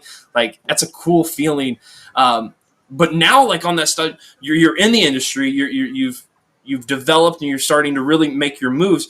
Who are the wrestlers that influenced you in your style and then your ability to keep going and how you like attributes go in the ring now? That's like a heavy question. I know it's, it seems innocuous, but we got a lot of layers in there, so we'll peel them back slowly. The things I do in the wrestling ring, performance wise and action wise, when I didn't grow up watching wrestling. I watch wrestling a little bit now to study it, right?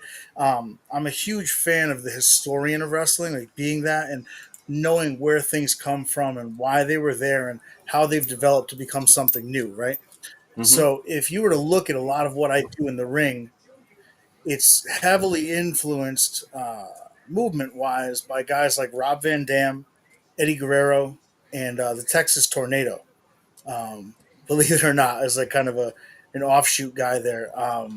But for me, and size-wise, movement-wise, athleticism-wise, those guys made a lot of sense to me. And when you ask them or you hear them in an interview talking about why they do what they do or did what they did, the logic was always pretty sound. Why does RVD do a frog splash? Well, because if I jump as high as I can and crash on somebody as hard as I can, that's going to do the most damage possible. And I was like, well, that makes a good amount of sense to me. So, like, maybe other stuff he's doing makes good sense too. But if you were to look at, like, you said the part about what pushes me in my career now and what keeps me motivated for longevity reasons, right? A couple of people, really, and the names I'll throw at you, they're going to be a little bit varied, but it is what it is. I was lucky enough to have a stretch working with Just Incredible. We were kind of wrestling each other for a couple months straight. He was doing really well, and we were talking a lot. And he said to me, he'd been doing it forever already at this point, but he said to me, the most important thing you can always do is never stop training. Never stop trying to give the best you can every day, because he said the second you stop training or working on progressing or that you forget the basics, everything falls apart. And a lot of people give him a lot of hate for other things, but like for me in my interactions when I was, on the road with him and working him, that was really great advice to me. So it's kind of kept me in the idea that if I'm not there working my basics, working my concepts in the gym, doing my cardio every day, then what do I really deserve from this business? If I'm not giving something into it. And along those same lines, working down at the school with Mario Mancini and Paul Roma, those two guys, they really give, Mario's great because he's the greatest hype man you could possibly have, man. He'll tell you when something is great and he'll push it for you, I love a good chain wrestle. I can't help myself. So I'll slap a headlock on a guy because let's face it, what are we all at the wrestling matches to see? We want to see some wrestling, right? Yep. So I'll slap a headlock on a guy and I'll give a good wrestling call and the crowd's like, yeah, wrestling, because God forbid they want to see some wrestling. So, Mario's great about pushing me with that. And then Paul, he'll tell you if something's good or not. And he's done a lot to help me keep developing. And, like I wear the chains now. It was actually, I won a tournament that Paul puts on in memory of Hercules Hernandez. And when I won, I wanted to do something to memorialize Hercules. And Paul, did me the favor of talking to the family, got the permission from them. So when I wear the chains out to the ring, it's, in memory of Hercules Hernandez and keeping strong the history of wrestling and where we come from and what we do it for. So, guys like that have really done a lot to push my longevity of my training. And then the last guy, if I could mention, I know I've been talking for like 10 minutes here. I'm sorry. Keep going, we're here for you, so you go. Classic. Well, I just feel bad, man. It's your guys' show. I'm just a guest, baby. But Matt Classic, that dude is tireless. Yeah, we And gave him 2 thumbs up. that guy. Absolutely. Yeah, man. I text him at 9 a.m. I text him at 3 a.m. and he's got somebody for me to contact because somebody somewhere needs the AIWF International Championship defended, and like that guy is on his game 25-8. You know what I mean? Can't give him enough credit for that and the hard work he does. So yeah, man. From those are some names for you that have done a lot for me coming up and. I know I can speak for Ruby on this because Matt Classic's one of the guys that keeps pushing us, and one of the reasons we keep having you amazing AIWF guys coming in and talking, and even some of the ladies throughout the promotion and stuff coming in and talking to us, because this platform, like you said, you take as much time as you want because this platform is designed for you guys to show off and show another side of your personas, your characters, your love for professional wrestling, because that's what we all are. We're all deep down just nerds of this business. That's one of the things that they said last night at our show at NGW is we're all just nerds of this business, and we want to make sure we put on the best performance for the fans, and that's what it's for, and that's what we do this for. And right now we're pulling in the views because we have a great character like you coming in here and sharing these stories with us. So thank you, dude. Thank you to Matt Classic and all those people that keep you motivated. Yeah, man. Yeah, man. No, I really appreciate the chance to come out and talk because, like, it's fun, man. A lot of people assume that if you're a wrestler, you grew up on the stuff, or everybody thinks it's this really nice, clean, even line to get somewhere, and kind of fun to break that apart for people and show them what's really going on in the business. Yeah. And I believe that's what sets this show apart from a lot of the other podcasts that want to go out there, whether if you want to be a dirt sheet or if you're just trying to get your feet wet, but you're talking to a guy who's been in the ring over 28 years and then a guy who's been behind the microphone for only 5, but he's had so much wrestling knowledge before that. So, I mean, it's not like we just picked up a microphone and say, hey, let's talk about wrestling. We like it. No, we do a lot more than that. So it's Yeah. So and shout out to that because that is an awesome tournament. I remember watching Power and Glory whenever they had them on for a while. I think they should have been pushed a little bit more, but once in the WWF era. But like I said, Demolition was battling, Heart Foundation was battling, Rockers were battling. And let me just say, Paul Roma, though, very underrated. Very underrated. That guy was athletic as all get out. And he was actually one of my favorites. I mean, to me, he made the Young Stallions look good. The Young Stallions didn't get as much because Jim Powers was pretty good. I'm sorry. Those guys didn't get those, it's a shame that the Young Stallions should have got a lot more than what they Power and Glory should. Like Paul Roma could have got a lot more, but I will say though, it was a little strange to see him as a horseman. I'm like, it didn't seem like it fit him. He fit the build, but I still, like I said, Paul Roma. Because I think Paul Roma. I will say this about Paul, man. He's still athletic. I don't doubt that, but I'm just saying. I mean, to see a guy when I'm watching, marking out to the TV, and I see a guy that just jumps from the canvas straight up to the top rope to spring off. I'm like, my eyes are bugging out in my head, like, holy cow, this dude. so no, I mean, Paul Roma, he was in a different element. Don't get me wrong, the Four Horsemen are great. I mean, and they put great guys in there, but I think Paul Roma had a different mystique about him that he could have offered somewhere else. And I think they just didn't really know where and how to place him in here. But to me, Paul Roma was really good, was a really great talent when he was being used. It's just, I think story-wise, they should have done a little bit better with them on that. So that's my opinion on that. But I mean, speaking of which, of course, hanging out with, so PAPW is Paradise Alley Pro Wrestling. That's up in Connecticut, right? So obviously, with Paul Roma, Mario Mancini, that's where you got your initial training. So, about how long did it take you or how much training did it take you before they actually gave you your first official match? And then what do you remember most about your first match experience? The school I actually started with is not even there anymore. So I didn't start with Paul and them. I started with a Okay. school in New Haven. It's now defunct and gone, but that's all right. When I first started, it took 5 weeks before I had my first match. Um, I attribute a lot of that to the fact that I treated it like a full-time job. And we lost him. Yeah, I know. The damn McMahons are taking up all the internet feed in Connecticut. Yeah, the Connecticut feed must be.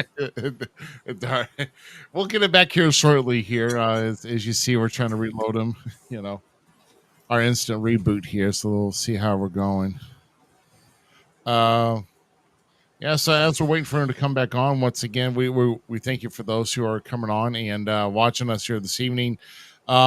If you guys need to know here, if you always wonder, here's what we see usually, and of course we had it up here. X is killing it. Yeah, X is killing it again. All of our Facebook users. YouTube is actually trying to make a stride, but Facebook, you're slacking again, man. And of course, Twitch is always, we thank you for playing, Twitch, but keep playing. We got that one fan. That's all right. Yeah. We got that one fan. So we thank each and every one of the platforms that you guys choose to watch us on. We are grateful for each and every one of you that get on, subscribe, share the podcast, like it, and come back every weekend with us. So we do it for you guys. Thank you. Absolutely. And hopefully we're going to get Bloodsaw back on here. So hopefully we're leaving his mic and camera options open. So, hey, buddy. You back? So, sorry you're having some trouble, man. Can you hear us okay now? Welcome to the world of live TV, right? Love it. So Bloodsaw, can you hear us?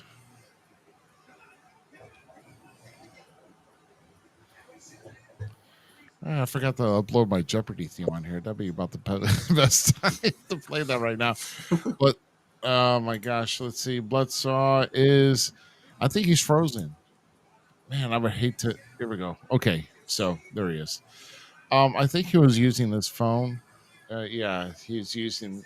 You see that indicator down where he tells using his phone. So I said I could get a check if I watched. Jimmy, someone lied. So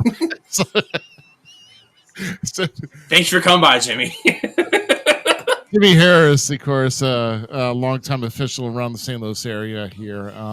Actually, we'll talk about what actually did happen today. And actually, Tyler Cooley was the MC for that. Was the St. Louis Independent Wrestling Hall of Fame happened today. A good number of people going in. And I believe Jimmy Harris is actually part of that. So let's see. As we we got a lot of filler stuff to talk about here, but and as soon as we know, who knows? We may have. Okay, well, like I said, he's gonna keep going here. He may. What is this question on the thing? While we're still trying to get Bloodsaw back, what did too much happen this past week in WWE? Too much, yeah. Did too much happen in WWE? Let's kind of talk about that. I'm throwing that out really to the fans watching. Like, I want to hear your input, guys. Did too much happen this week in professional wrestling in the WWE universe? I personally, I say no. I say no. Yeah. Well, yeah, I mean, we're going to talk about that because a lot happened on Raw, a lot happened on SmackDown, and actually a lot happened on NXT on that.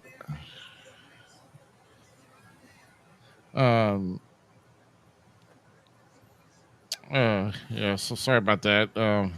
Live television, excuse me here. I love being the host and producing at the same time. It's like, you're directing your own film.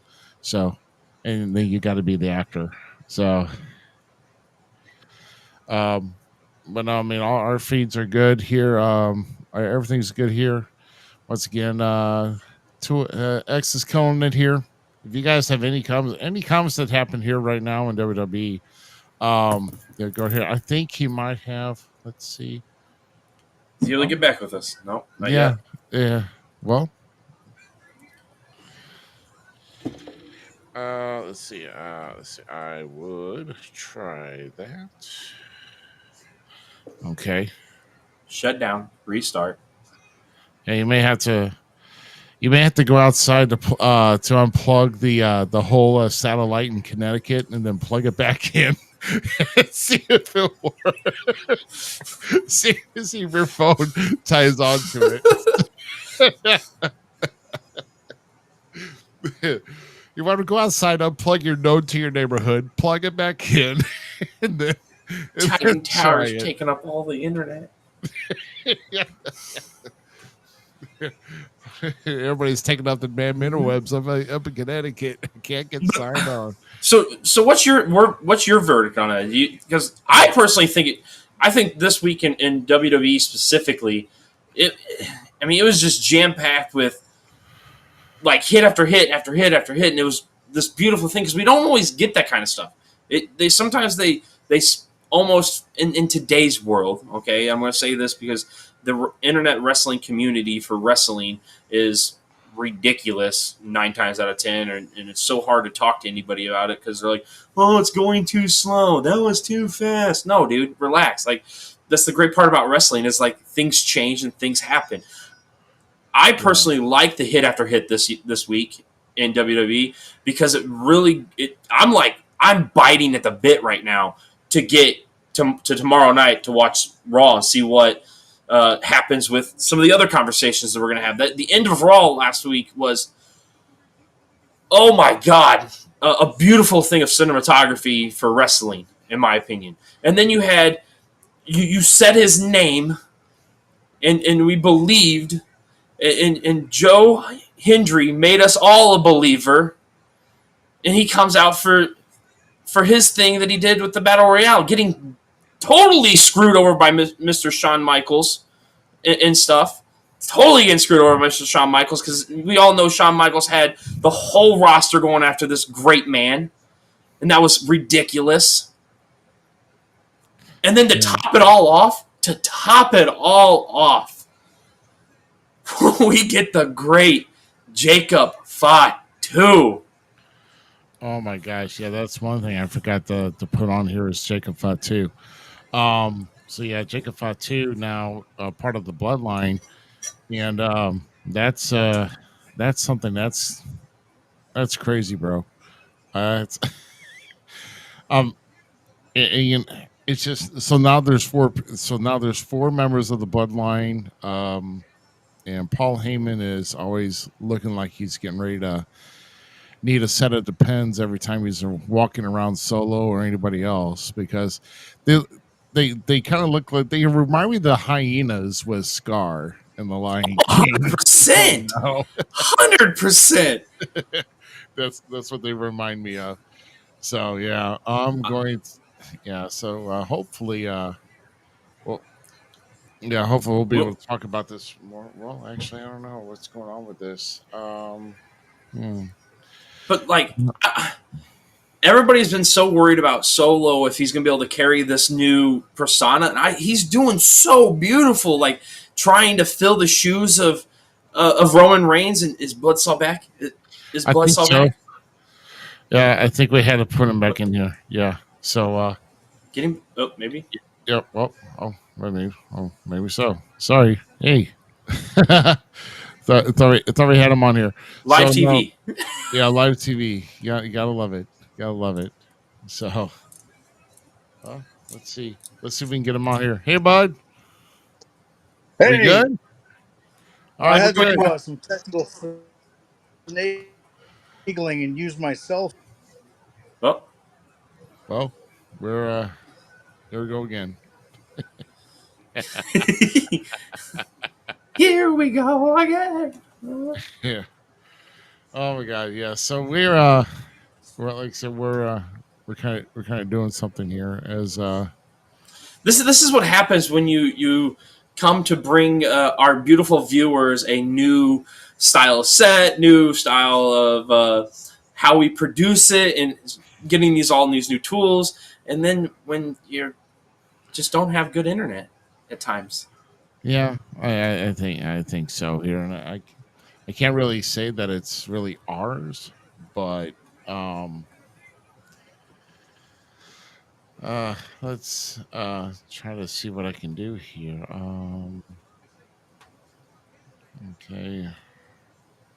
But back to what I was saying about Solo and stuff. Why you help Bloodsaw get back in here? I Yeah. personally think not Bloodsaw. I personally think Solo's filling in this new role very well, uh, and really coming into his own. And we're seeing a new style of him. Good blood, good buddy. Are we good? Maybe. Oh. Oh. Yeah, maybe. Okay. Yeah, that there we go. There we go. Yeah, That's it. I can hear you. I can hear you fine. So, Can you see me? yes, I can see you. Yes, absolutely. So, Sorry about that, absolutely. guys. Uh, I Uh, don't know. yeah. Well, I mean, I don't know. I Sometimes, do headlocks more than tech support. You know.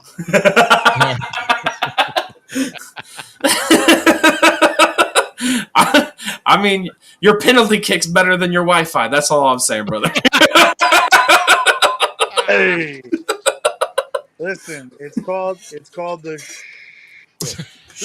You know, it's called the shush kick.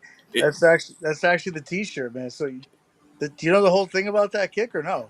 No, I don't. Like I said in the green room for a bit when it first came on, like I was just blown away by it, and I had to go back. You had me because I watched that thing like 5 or 6 times. I was like, holy shit!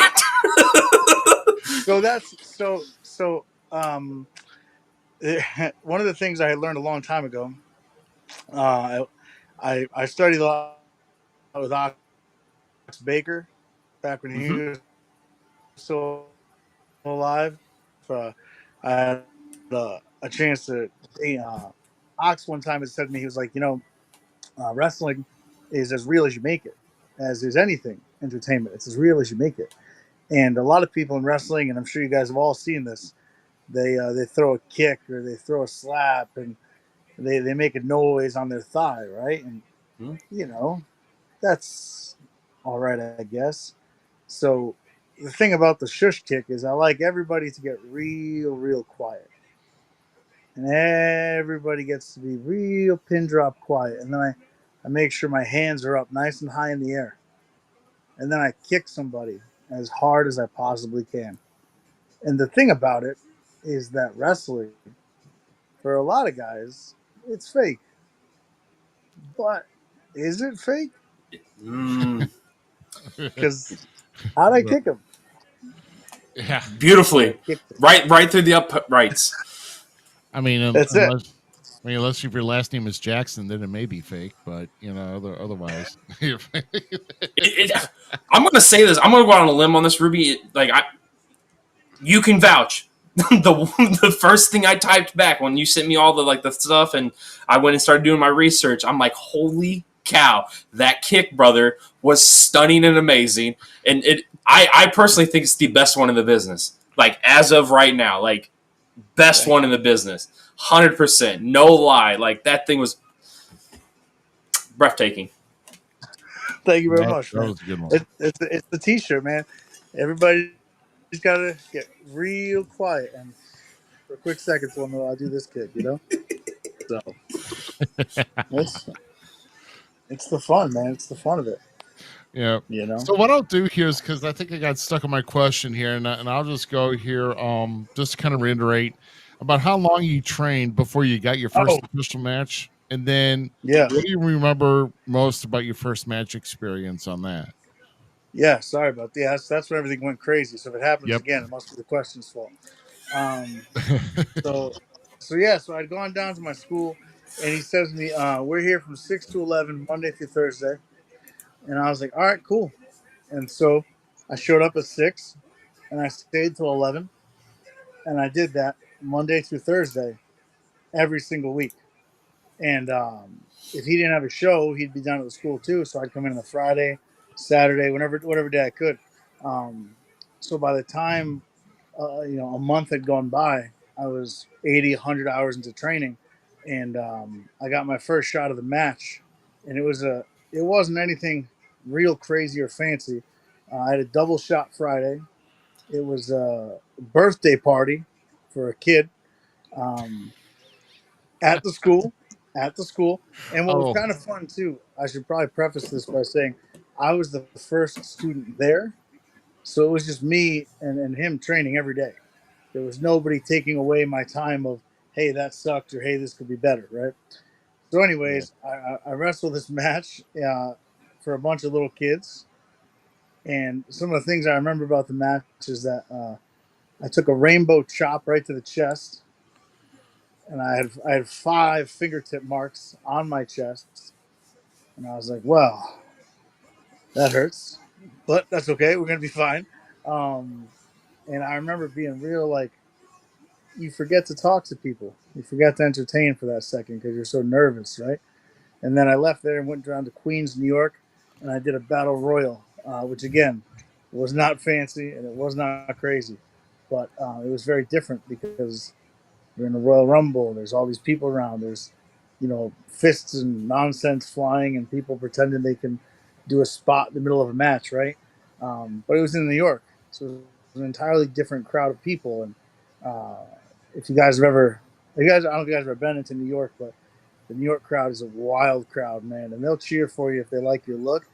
And I came out with face paint at the time. I wore like jean pants, and they were like, "Oh, face paint guy, I hope you win." And I was like, "Man, I don't even know what I'm doing here," you know.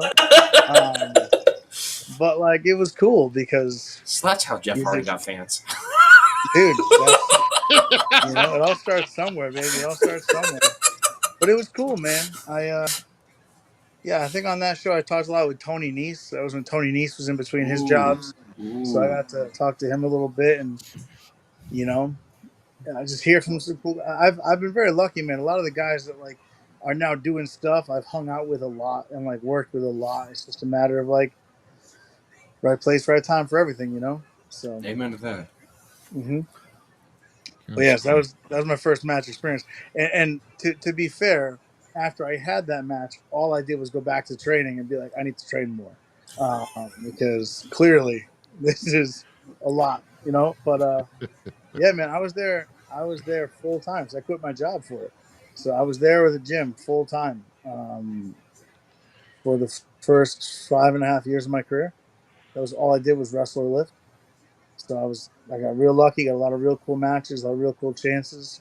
Did a lot of really cool things. I toured Canada with Bret Hart, Chavo. I wrestled Lanny Poffo for my 13th match ever. Like a lot of real Wow. weird stuff like that, man. You know that just kind of get lucky.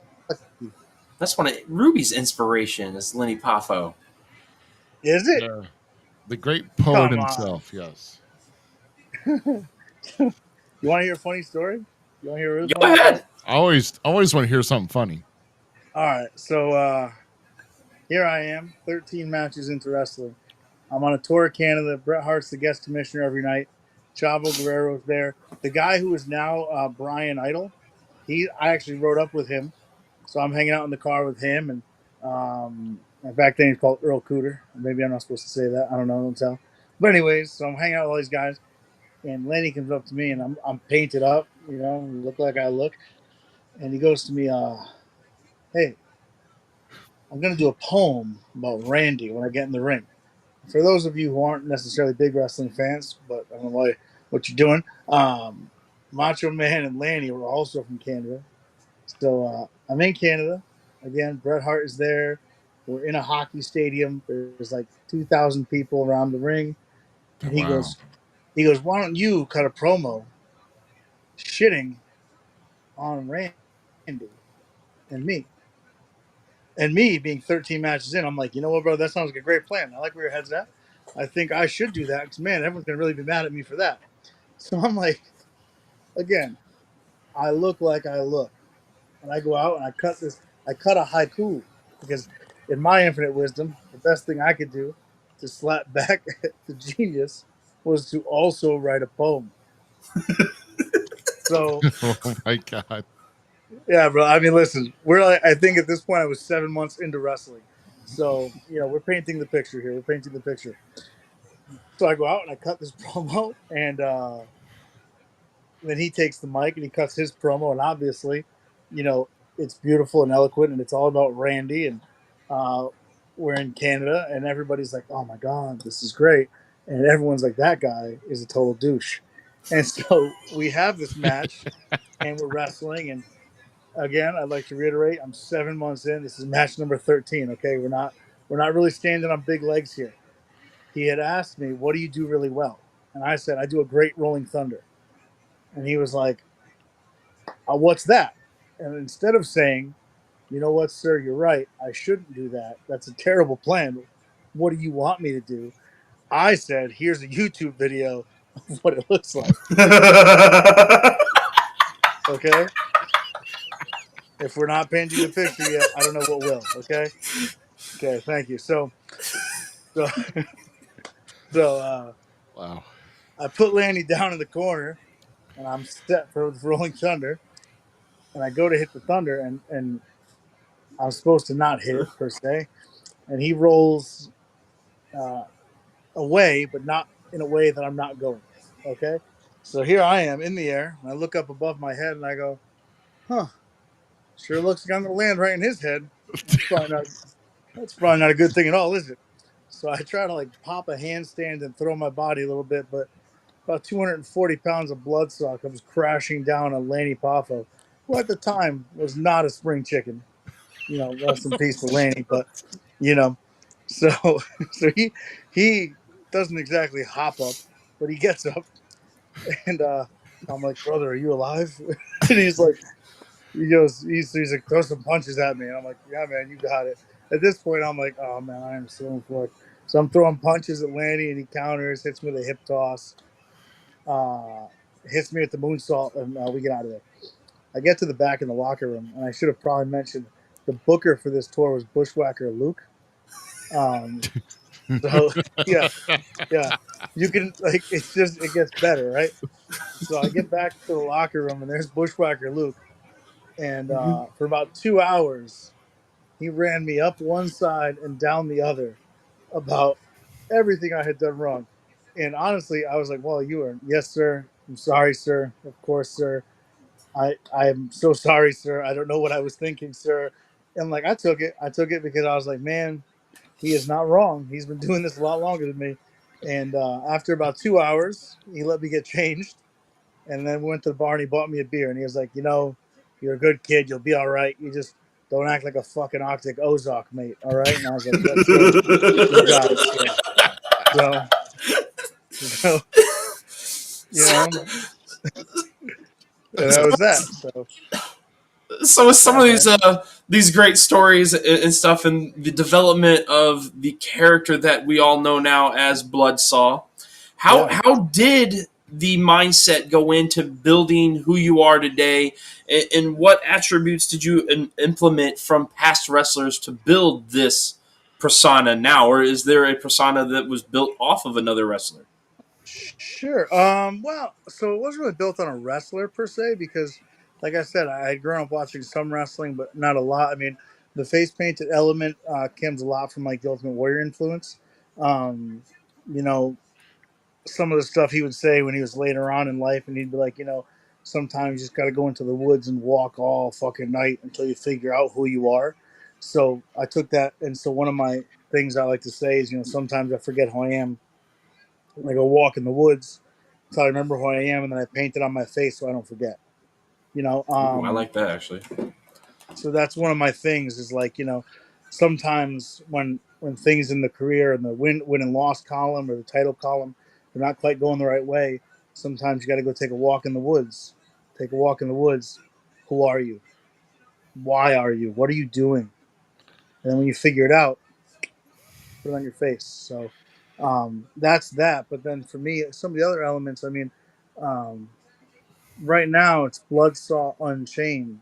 Since I won the chains here and I got the Hmm. permission from the Hercules family, because the Unchained was, I didn't want to be Hercules because that doesn't make any sense.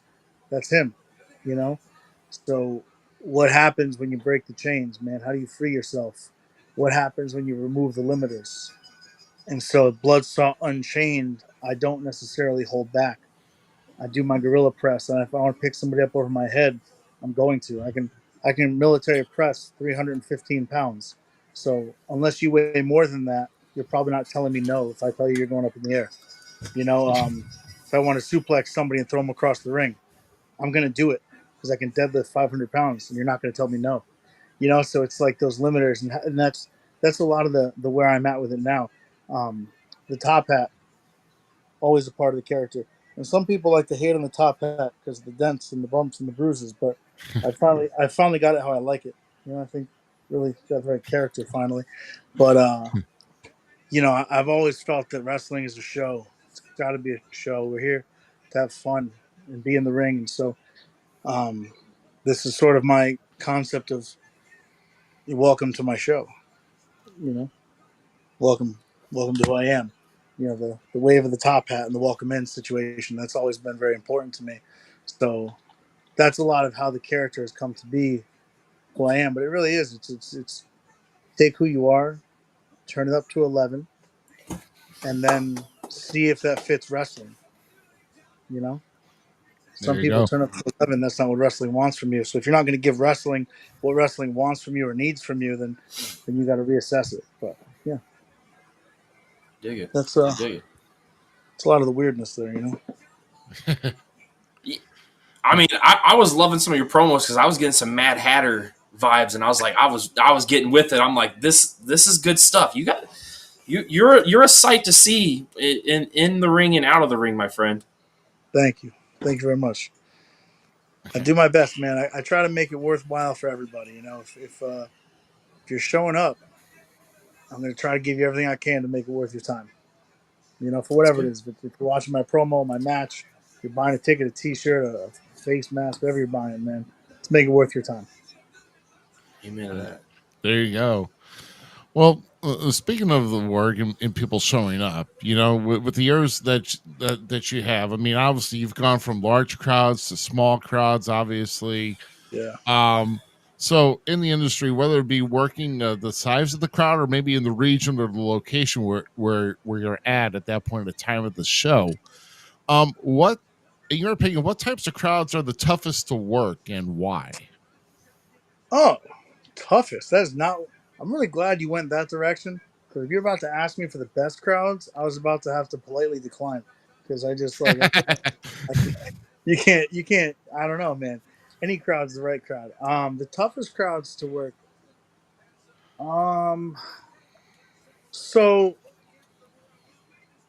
okay, we'll say this is the hardest. It's not, but so Eastern Canada, right? I'm fluent in English and Spanish, and I'm learning Japanese, but I don't speak Oh, any French. yeah. So touring Quebec is really hard because when you're in Quebec, you're like you want to say hi to somebody, you want to give a high five, and you want to, you know, but like also they have no idea what you're talking about, and so it was cool though because it's like the ultimate challenge of how do you get your point across anyway. I think developmentally for me, you know, I do a lot of jibber jabbering. I like to. So when I go to a place where the jibber jabber doesn't matter anymore, and you have to be like, you know, I'm gonna hit him, and you gotta really, you know, it's like you learn to make yourself better to try to rise to the occasion. I think that's a pretty hard crowd to work, but um, hard crowd is subjective. It's like, you know, every time you show up to a place, you got to figure out what they want, what they need. Um, you know, bring it back to the Ox Baker thing. Ox Baker always said wrestling is a circus, right? Every circus isn't just lion tamers, tightrope walkers, jugglers, clowns, etc. Every circus has all of those things because one fan might not care about the lion tamer, so they need the other stuff to get them bought into it. So when you go to a place, the most important thing you can do as as an entertainer or wrestler is look around the locker room. What's going on there? You know, if there's two 7 foot tall dudes over there and they're getting ready to go in there and slap meat with each other for a half hour, well, brother, that's probably not your spot for the night. So you got to figure out what you can do to be the right entertainer for the people. And like a lot of the times, some of the times, it ain't what you want it to be. It ain't all flash and glory all every single time. But if you do it the right way, then you'll eventually get that shot too. So like, I don't know, man. Working a hard crowd is not being able to talk to anybody. That's hard. But otherwise, it's not so bad. Oh, absolutely. Yeah, I mean, because I would think that the type of crowds that are tough to work, maybe like some of these some of these shows that are, like, do I want to say bot shows, or you know like like say for instance, like I never worked a birthday party, but it's yeah, I mean, it is what it is. Um Listen, brother, it's a payday. When you quit your job to wrestle, you don't turn down much. You know what I'm saying? Um, That's fair. yeah. wrestling a birthday party, man, is actually. So I'll give you an example of something that like might help like understand. So one time I did a birthday party, and at this birthday party, it was a birthday party event where they wanted a wrestler to come and like teach them some wrestling at their house, right? And at the time, I was the assistant trainer, so not a big deal. Book me for 2 hours. I'll bring one of the other guys, and we'll teach you how to do a lock up, and we'll do a headlock, and we'll do some weird stuff, right? So we get there, and we go through some of that, and then I'm like, hey, does anybody want to do anything else? Like thinking they're gonna say, well, let's learn some head backflips or some moonsaults or something crazy, because they're like 9-year-old kids. And instead, the birthday boy looks at me and he goes, hey, you play soccer? And I was like, I mean, not well. And he was like, well, I want to play soccer. Will you play soccer? Will you be on my team? And I was like, yeah, man, let's go play soccer.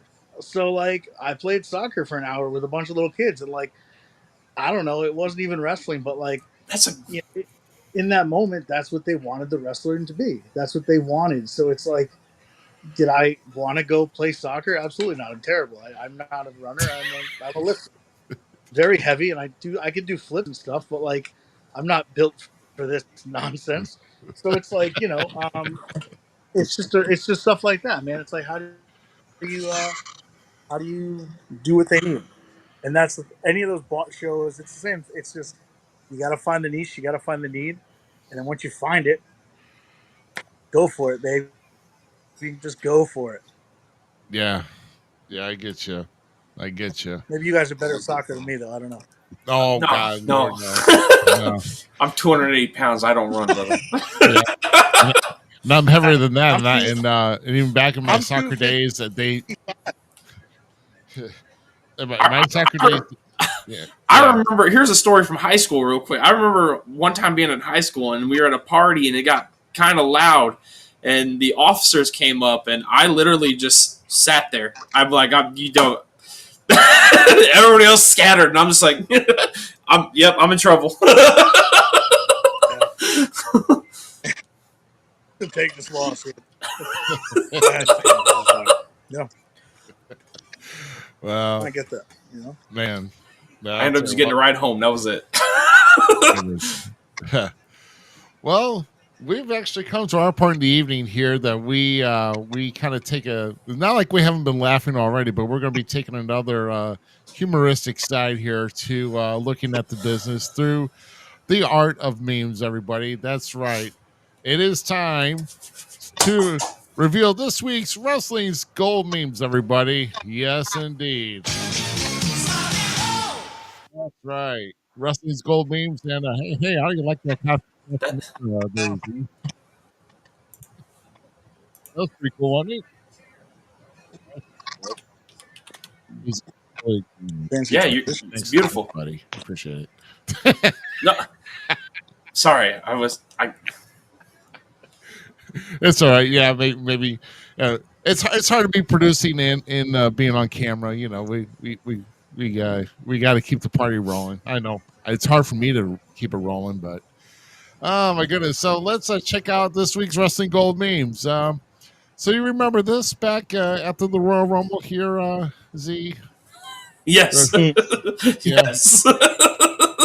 Yeah, with Mr. Drew McIntyre here, kind of putting the kibosh on CM Punk, and then well, after Clash of the Castle, we've got a new view of this now. We got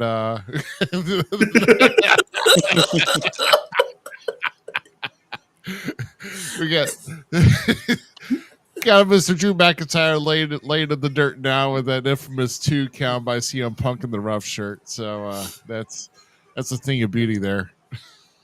I can't wait for them two to actually lock up finally. Like, this is such a beautiful story arc. It's gorgeous all the way through, and these two are awesome talent. So to finally watch them go at it, it's gonna be a fun one. Oh heck yeah, it's gonna be nice. So let's see for our next one here. Oh yeah, me and my homies after discovering corn in 6th grade. Hey, I resemble that comment. Come on now.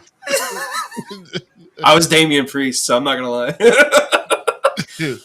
I didn't fit anywhere in this picture, so I mean, I was a big corn kid. I like. Yeah, I was out of school when corn was on the radio, so you know that's. If I'm not showing my age, then I don't know what I'm doing here. But anyway, see our next one here. Do we have a 2-part? I think we have a multi-parter here. Oh yeah, our preferred weapons of choice. Let's run them down, shall we?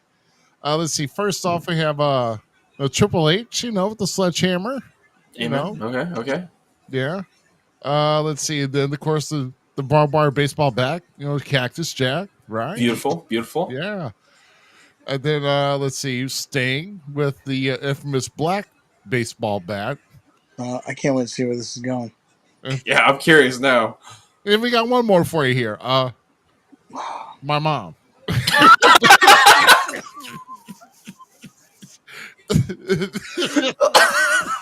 You know what I love about this is Zelina Vega has been using the flip flop now more as a weapon, and it it works great because there's that the stereotype about Puerto Rican moms and all that and stuff. So I'm all about this. This is the greatest thing ever for me. Can come from anywhere. Yeah, I mean I can't. My mom was pretty damn good at throwing a flip flop. And not like one of those. I'm talking about like a Birkenstock flip, like the Birkenstock sandals. You know, flop. That's just a flop. That thing hurt, and my mom could curve that son of a bee like round walls. Man, it was crazy.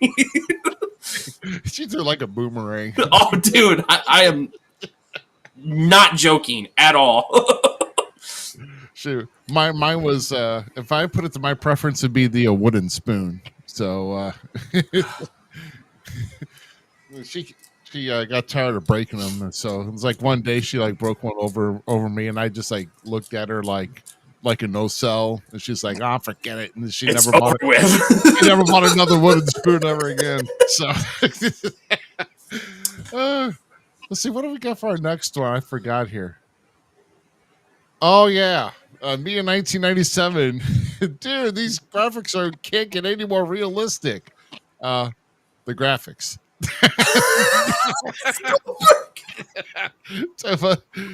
Looked like it looked like WCW OWO or like Revenge or something. I think that's Revenge, if not mistaken. I think it's Revenge too. Yeah. Yeah, look at that cool cut graphic of Goldberg there. His muscles are so real. If he had a singlet on, it could be Scott Norton. Are you sure? That's Goldberg. You sure? I don't know. Dean Malenko with a haircut. It's crazy. Scott Norton was an underrated wrestler. Yeah, I agree. I was gonna say you give Flash Norton and Goldberg the same moveset, but that'd be an insult to Flash Norton. So yeah, why would you just disrespect Flash like that? And for our next slide, we've ironically I don't know why this always happens. Somehow some names get brought up on this show before I show anything here. this is gonna be bad. So Oh God. me, I don't like my coffee too bitter. My coffee pot that I left on overnight.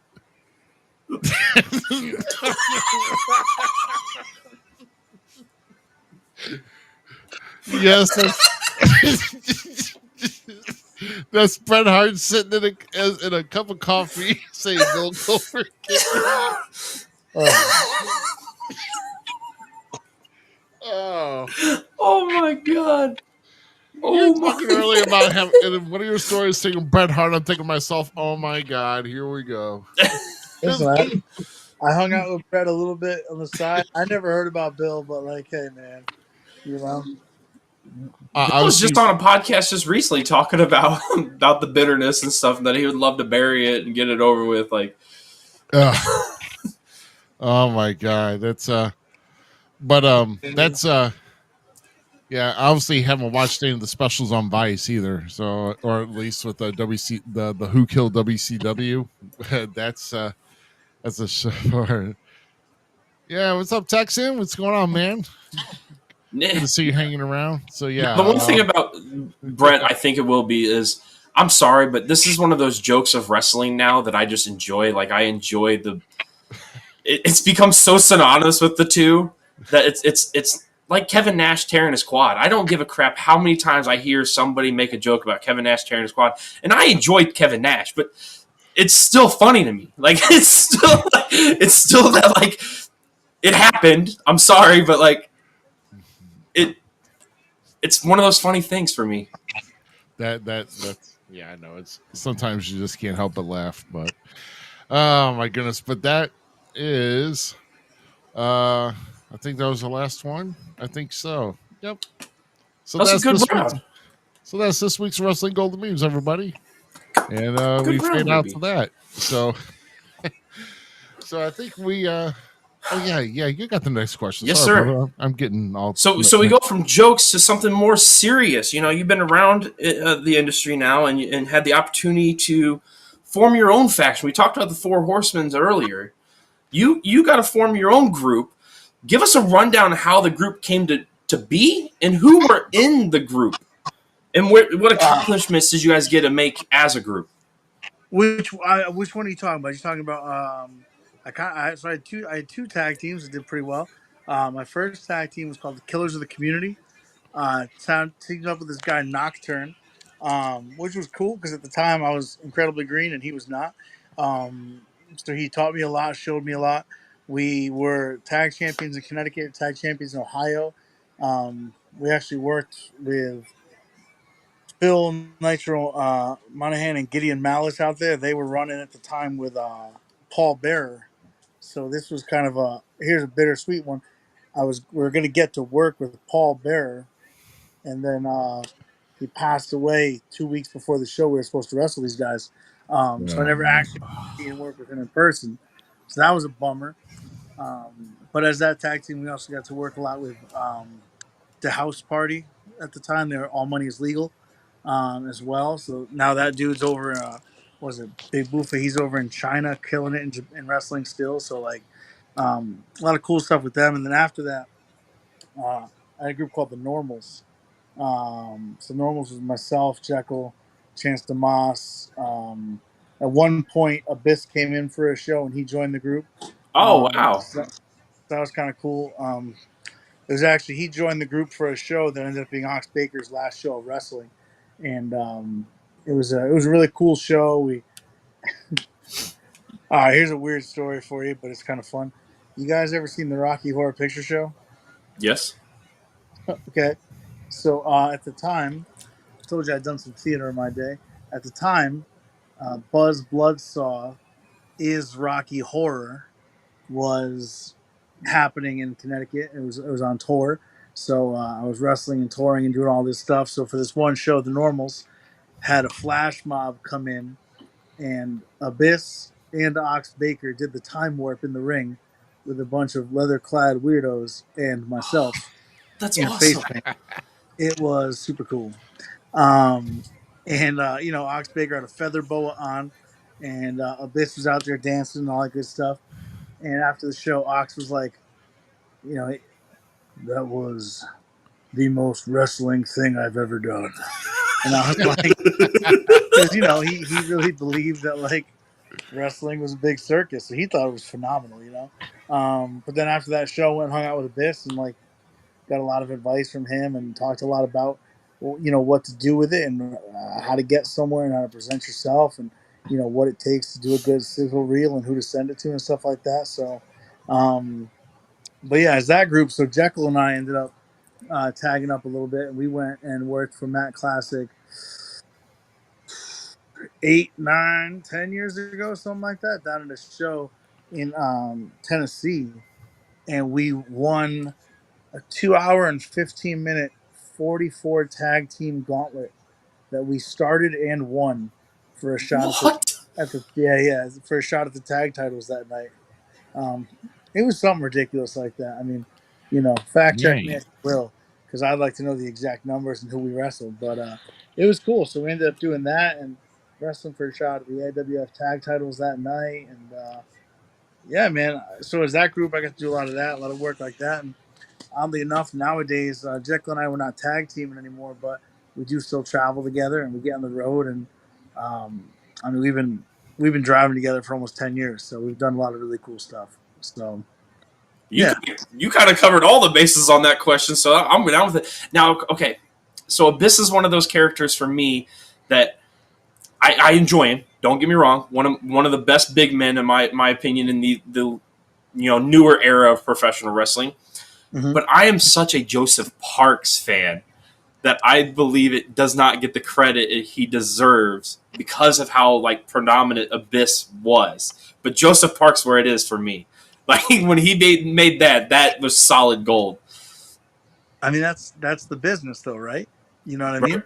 You got to be able to have some fun and reinvent. If you can't have some fun and reinvent, I mean, if you're not having fun out there in the ring, they're gonna know. So Right. like, have some fun with it, man. But he was cool. He taught me a lot of stuff about um, wrestling and respect and how you treat the next generation. That was more so if we're going to talk about like Abyss and the stuff that I give him really a lot of credit for. I've met a lot of people in wrestling. I met a lot of really cool people, and I met a lot of real big dicks. And like, you got to take it for what it's worth. That's okay. Maybe that dude was having a bad day. That's all right. But Abyss, I'll never. I'm sitting there at the bar with him, and obviously he's Abyss. And at the time, I'm maybe 3 years into wrestling at that point, like maybe 3 years in. So he just drops he drops his card on the bar top. He says to the bartender, bring over like 15 beers and X number of shots, whatever it is, right? So I'm like, oh man, that's cool. Thank you so much. And I grab one. And he's like, okay, what else? And I was like, what do you mean? He's like, I could take a shot. So I'm like, oh, so I pick up a shot. And he goes, well, you still got a bunch of fingers left. You can't carry more than that? And I was like, well, I don't want to be rude. And he goes, dude, I'm buying drinks. Get them while they're there. Come on, brother. Catch up to the game. He's like, I'm trying to take care of you guys. So I'm like, he's busted my stone. So I've got 4 beers in each hand. And he's like, now you get the game. This is how you got to do it when you take care of people. And I was like, man, but it was just really cool because he was not like condescending about the fact that he was who he was. He was willing to talk to you, have some fun with you, rib you in a funny way, and be like, "Oh, come on, man, I'm taking care of you guys. Let me take care of you guys. What are you doing wrong here?" And so, like for me, when I think about Abyss, he's a guy that cares about the industry and the business and the next generation coming up. So I give him a lot of credit for that, and not just taking, I was this champ, I was that champ, I'm a promoter, I'm a recruiter for these guys now, and you got to kiss my feet. You know what I mean? He could have done that, and it would have been legitimate. It would have been fair, and you couldn't have been mad at him for it.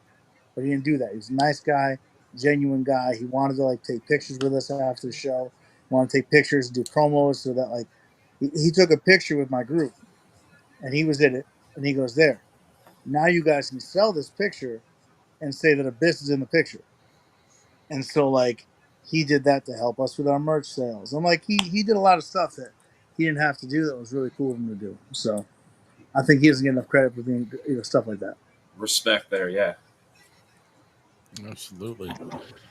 Man. So moving on here to your singles Yeah. success here. So obviously, see you carrying the belt earlier, the Yeah. AIWF International Heavyweight Championship, and of course, loving all the gold that AIWF has put out there, especially with their current world championship that they have. That gold, that the Golden Boy Greg Anthony is held now for almost a year. Yeah. Over a year. He's past a year. Yeah, Past a year now. he just he just passed it just recently. Oh, okay, awesome. So you've also mentioned here to us that you have actually successfully defended that title since you won it at least 30 times. So Yeah. so first off, when did you become champion? Who did you defeat for it? And out of your defenses that you've had for your title, who has been your toughest opponent to defend it against? All right. Lots of questions, breaking down slow. Yeah. I won the title, I believe it was late February, early March. I gotta look back exactly at the date because I won a 6-person gauntlet for the title, which was cool. I had actually been a champion at PAPW. I was one of their champions, and I retired the belt. And I said the classic, I'll retire the belt. We'll drop the belt if you'll bring it in for a tournament. And so he brought it in. We did a one-night gauntlet. I went through 6 guys. Winning the title was actually kind of a pain. Going into the match, I had a couple of dudes hit me with some sticks. I got some real actual bruised up ribs. I had like a floating rib bruise going into the actual matches, which was awesome. Love that for me. But all was well, all was good.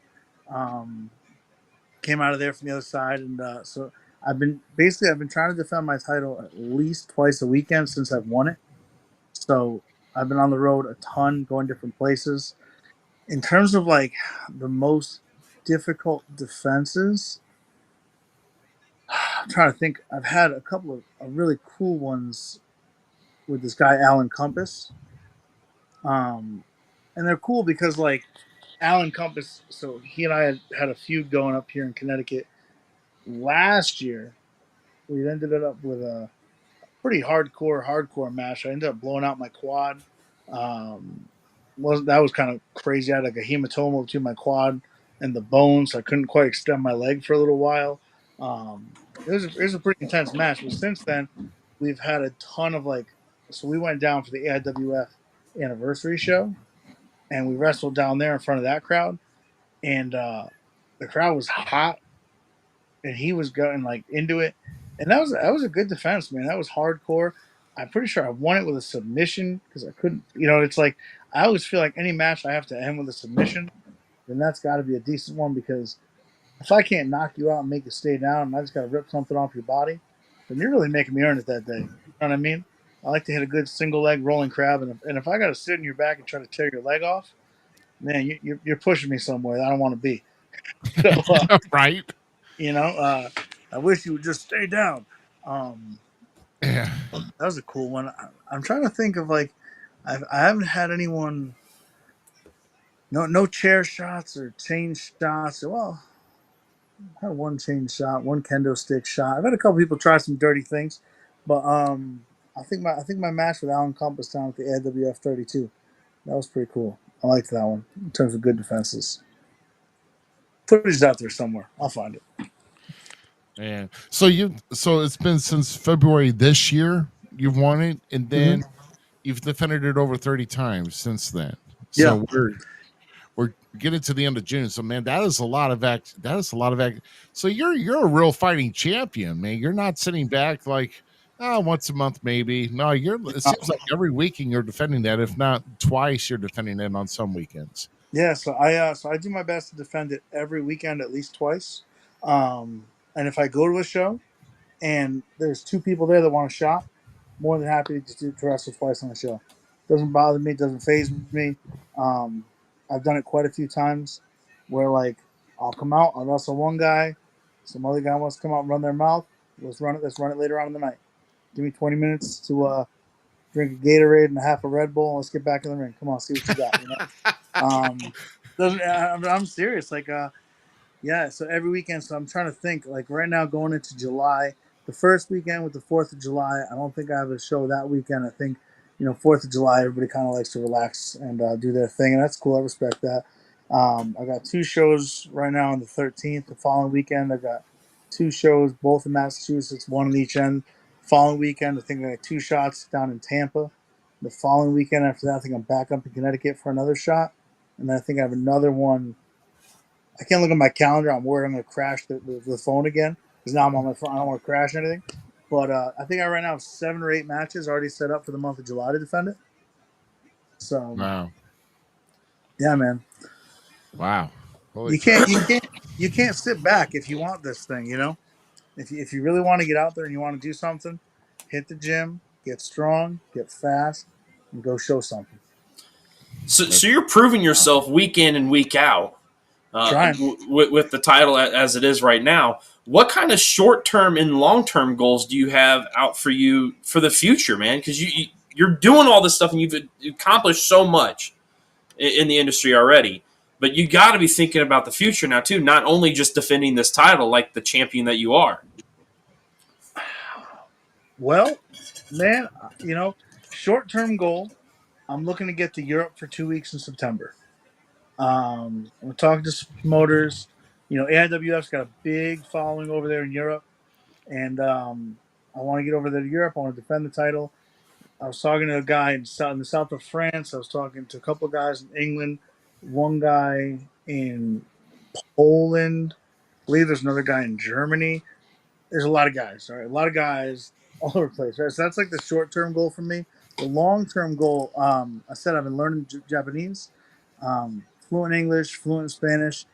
I've got Duolingo on my phone, and I'm on day like 890 of learning Japanese every single day. And so the long-term goal will be to take this thing over to Japan and see how my shush kick fares up against some of the strong style guys in Japan, and whether or not they can hit me back as hard as I'm going to hit them.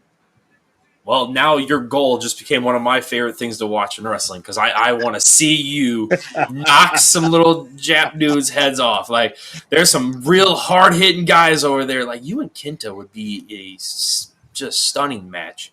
You guys have hard hitting kicks, and that would be one that I'd love to see for you. So yeah, I can't wait to see that long term goal become a thing, brother. Yeah, man. I mean, that's the thing is like, like I said, I've been taking Japanese now for almost 900 days. I know enough to tell you my name and what time it is, and we'll see. It's like, but it's like it's hard, man. Japanese. It took me 90 days just to learn the alphabet, let alone start to learn the words. Pardon me, it's going to plug in my phone here, so don't mind the background shift and nobody gets seasick. But it took me a while to learn this stuff, but at the same time, I feel like, like I always say, put some time in, put the dedication if you want something. Well, I want it, so I'm going to learn Japanese. So when I get the chance, I can go there, represent myself well, represent what we're doing well, and hopefully make good impressions. So that's the long term. My goodness. Yeah. 90 days just to try and learn the alphabet. And then, yeah, I'm telling you, it's one of the hardest languages out there, along with like Mandarin and I mean, goodness gracious, it's like I would have no clue. It's like I just nod my head every time you finish the sentence, like, yeah, yep. Yeah, Maybe point, Boku no namae wa Katsuiki no Kugiri. My name is Bloodsaw in Japanese. Yeah, word. Nice. Word. If anybody in Japan word on it. They told me in high school I had to learn English before I could learn a foreign language. So that's not a lie. I figure if I learn Japanese, English won't be so hard to master next. Right. Shoot. I like this guy. My gosh. So man, I think I got one more here for you, and you've gotten you've actually gotten some stories here that we've some added bonuses, which is great stuff. Is there any other, like, whether it be a road story or a fan experience, is there something that something else that you can share with us? That's, of course, and like I said, we've been kind of chuckling quite a bit here. It can either be funny or if it's something memorable to you, like another special fan experience that's stuck with you so far in your career. Um, yeah, I mean, for me the biggest things, if it's going to be memorable, are all of the times where you can take somebody and afterwards when they come up to you, what you do is meaningful to them. You know, I'm really big on like fan interaction, little kids coming up to you and talking to you, all that kinds of stuff. I had an interesting one. This was probably about 3 weeks ago, right? So I'll just give you a recent one that was kind of cool, stuck with me, and it reminded me why I really like what we do. So um, we had a show at a brewery, fairly innocuous show, right? It's got to be a 21 plus show, so you're not thinking it's gonna be something like that. So I come out to the ring and I'm doing my deal, and if you watch any of my stuff, I come out to the ring. You know, what's my name? Bloodsaw. You want to see something awesome? You know, what do you want to see? You want to see wrestling? Cool. Stuff like that, right? I'm doing my thing. And this guy, he's sitting in the front row. And like I say front row, but it's a brewery show. So like, you know, he's drinking in the front. How about that? And he's kind of like sitting there and he's kind of shy, man. And he's kind of like, you know, sitting down, hands folded, looking down, not necessarily not looking, but like looking down. And so me being me, I jumped the fence. I jumped like the gate. And as I'm doing my thing, I'm coming off my entrance. I always like to slap hands, and I'm like, "Yo, let's get up, baby. Come on, welcome to the show, right? Bloodsaw, welcome to the show." So he's not looking. So I jump the security barrier, and I get right up to him, and I give him one of these like for a fist bump. I'm like, "Come on, brother. Do you want to see something awesome?" And he looks at me, raw terror, and I go, "Oh no, what have I done?" So I'm like, but he fist bumps me. We're cool. All right, cool. So I jump back over the fence to go about my thing. I do my deal, right? Wrestle, retain, awesome. Head back to the locker room. I grab a cider at the thing. You know, I don't drink beer. I drink a hard cider. Drinking a hard cider, hanging out. I go to put my bag in the car. And I'm still, you know, still Bloodsaw. And this dude was in his car, gets out of the car. He's like, "Hey, man." And I'm like, "Oh, man, what have I done here?" You know, I'm thinking, I'm still like not sure where this is gonna go. And he says to me, he's like, "You know, man, not gonna lie to you, the people I was supposed to meet here tonight weren't here. It was by myself. I didn't know anybody here. I didn't go home because I figured, why not? I like wrestling. I'll see what it's all about." And he goes, "For the whole show, I was nervous. I was anxious. I wasn't sure. You know," he's like, "I was having some anxiety. I've got some problems." I was like, "All right." And he goes, "When you jumped the fence, you got in my face." He was like, "I was so mad at you, but it was exactly what I needed." And I was able to really tune in and enjoy it. And everybody around me thought it was cool that you talked to me. So like I was talking to everybody and like, you know, man, thanks for doing that. And you know, especially post COVID, post all the isolation everybody felt, post all of the anxiety inducing concept of what's coming, what's happening, why is it happening. In a world where too many people nowadays forget to give somebody a fist bump when they're not ready for it. Um, Stuff like that for me is why we do what we do, because those people who need those moments, who buy their ticket and they get their 18 inches to plant their ass for that show, they're there for that and those moments. And so if we don't give that to those people, then who knows when they're going to get it.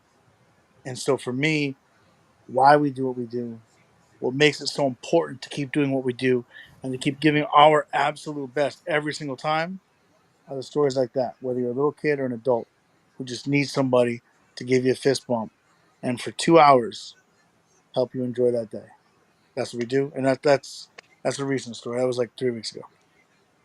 That that's a good one to me. I went yesterday. So back to this experience of doing things, you know, in the moment and helping people out and stuff. I got a ride with some people to my show yesterday.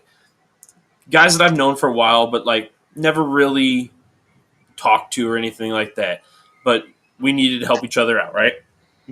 The conversation in the vehicle the whole time was like we needed to have that ride together. We needed to have that bond, that camaraderie, that positive energy of just respect and love for what we enjoy in this business. So the story hits home with me because of that, and it's awesome. You're a great dude.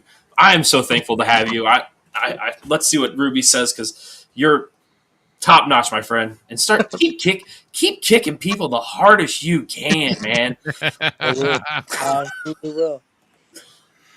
No, man, it was really, it was really great to have you on here, and I love a good fan interaction. Sometimes you kind of question, it's kind of weird how you get the fan interactions, like you're not sure how they're going to react, and they're in it and everything else. Like, last night, I mean, it was a mix of everything. Of course, I'm not really such a really nice guy now where I'm at, but It you happens. know, but it was though I was I mean I got I'm the type of guy that they say something, I catch something, and then I say something to them that catches them off guard, and but yet it's funny, and I get the crowd to turn on them laughing at them, which happened last night.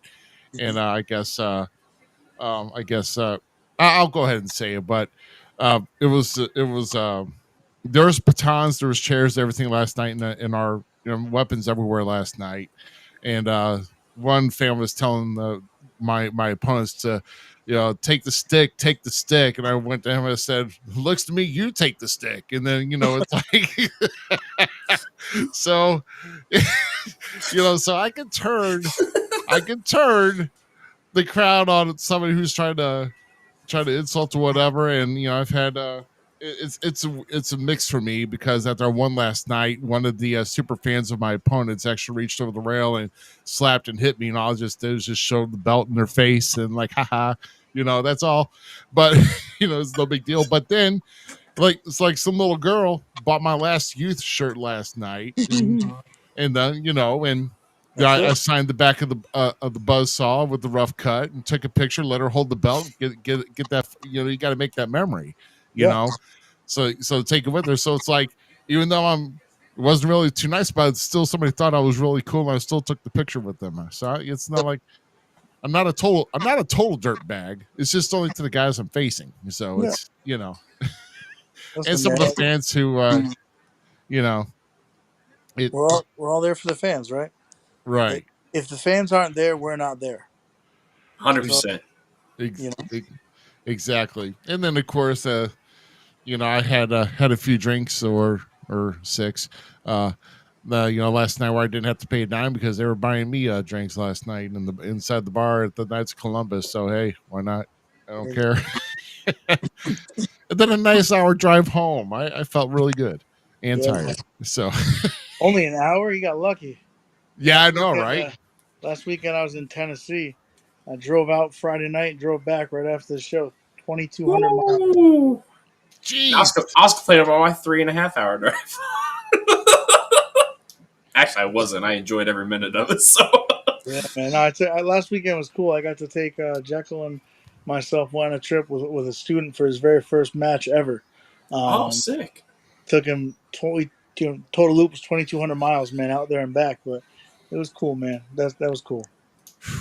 Man, 2,200 miles there and back. Wow, a round trip. Ooh. Yeah, 1,100 each way. God, man, no, I couldn't do it. I could if I had to go back. Like, no, I'm staying the night somewhere. Then I'm traveling back. I am not. I mean, I'm at that age now. It's like, sorry, man, you're not going to run me drag it like that. It's bad enough I do it at my age as it is. So, yeah, man, but we got to keep making those memories and making the travels and doing everything we possibly can. So, but no, man, it's great. Where can people find you on? Can people find you on social media, online? Yeah, where as far as what you're doing next? Facebook, I got the athlete page, Buzz Bloodsaw. Instagram is at the Bloodsaw. Man, I keep it easy. 2 ways to see me. Look it up, find me. If you need me for anything, I'm on there. I post up pictures, videos. I like to post my workout videos because That way, when I tell somebody, listen, I can lift 500 pounds, they can watch me do it. So, you know, gotta talk the talk, walk the walk, baby. But it's good, man. We do it all. Excellent. Well, I know it's been a pleasure to have you on, and once again, we thank you. Thank you for reaching out to us. Like you said, it, and like special shout out once again to Matt Classic, who continues to, I reach out to him, and he's always supplying me with some great talent that has some great insights, and once again, not a disappointment. So, Thanks. Well, I appreciate you guys doing what you do, having the show, working every week, and keeping it alive and keeping it moving and shaking, so guys like me get a shot. So I appreciate you guys very much. Thank you. Oh man, Bloodsaw, thank you very much for joining us, man, and safe travels on your next weekend, and thank you, and much success to keeping that title, man. So I appreciate you being on. Thank you, guys. Listen, I'll talk to you guys soon. Hopefully, y'all have a great night. All right, man. Peace. Right. Have a good night, man. See you, man. See you guys.